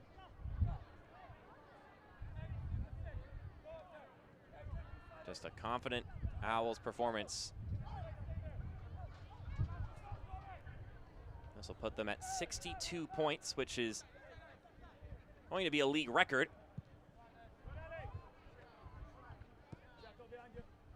Surpassing that of the likes of a dominant North Texas team that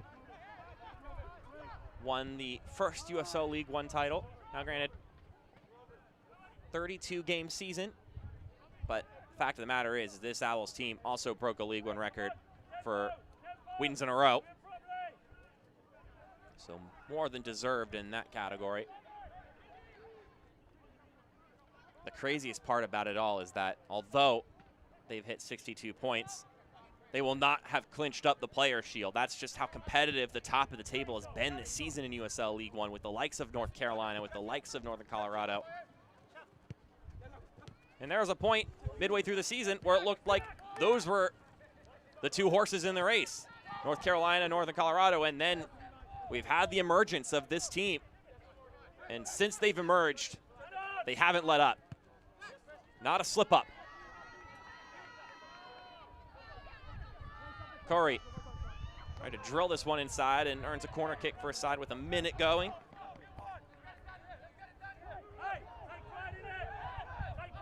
They play it short. Akale. Not on the same page with Curry. They give that one away for a goal kick.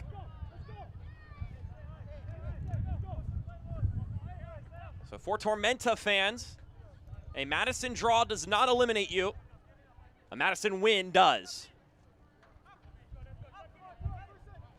And for Omaha fans,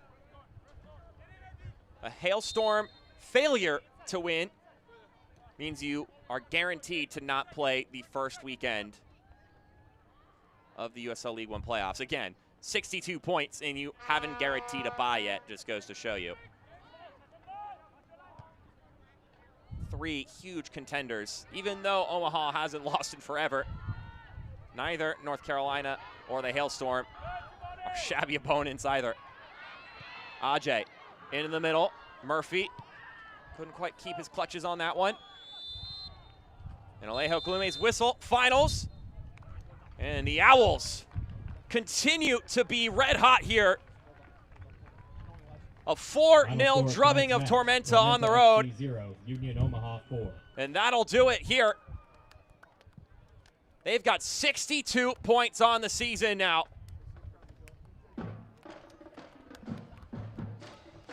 They continue to look oh so impressive. 464095 as the winner of the Autism Awareness Raffle.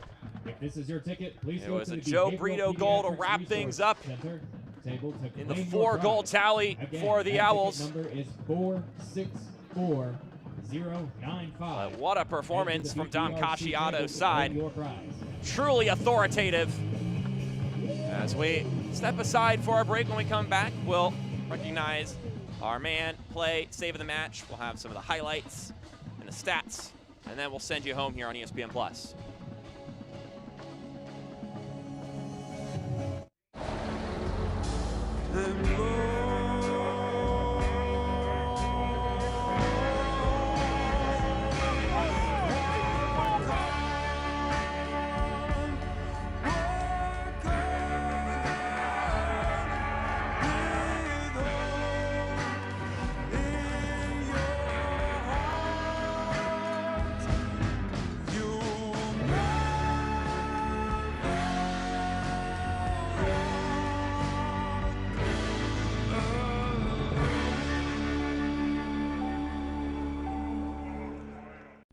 Optum Health System's commitment to you has not changed.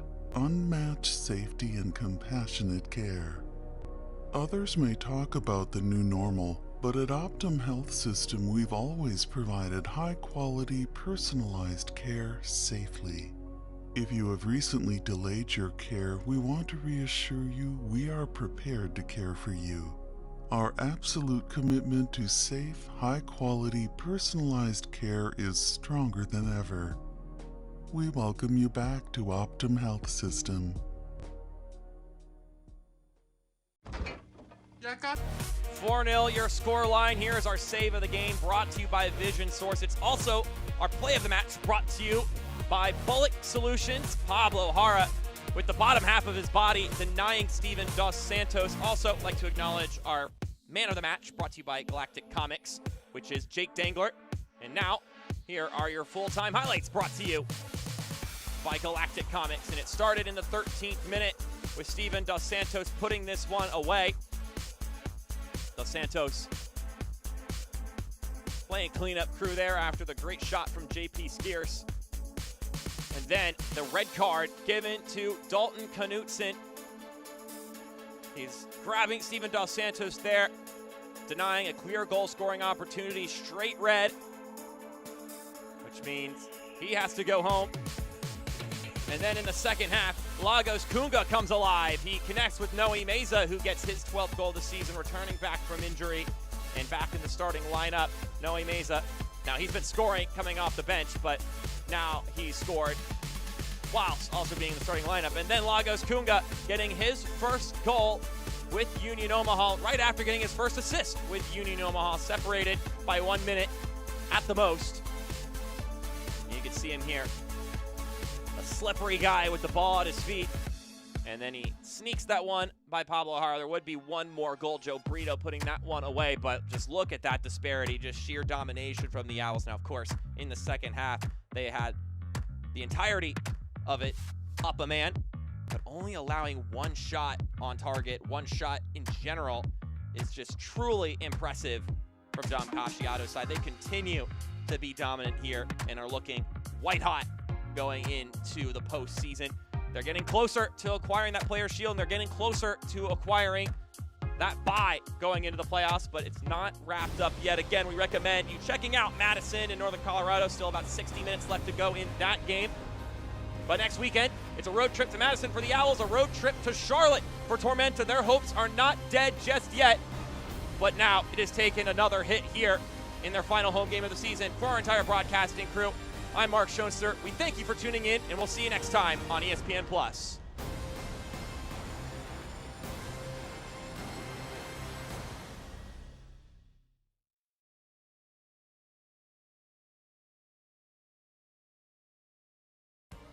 This copyrighted telecast of the United Soccer League League One cannot be retransmitted, rebroadcast, or reproduced without the expressed written consent of the United Soccer League League One.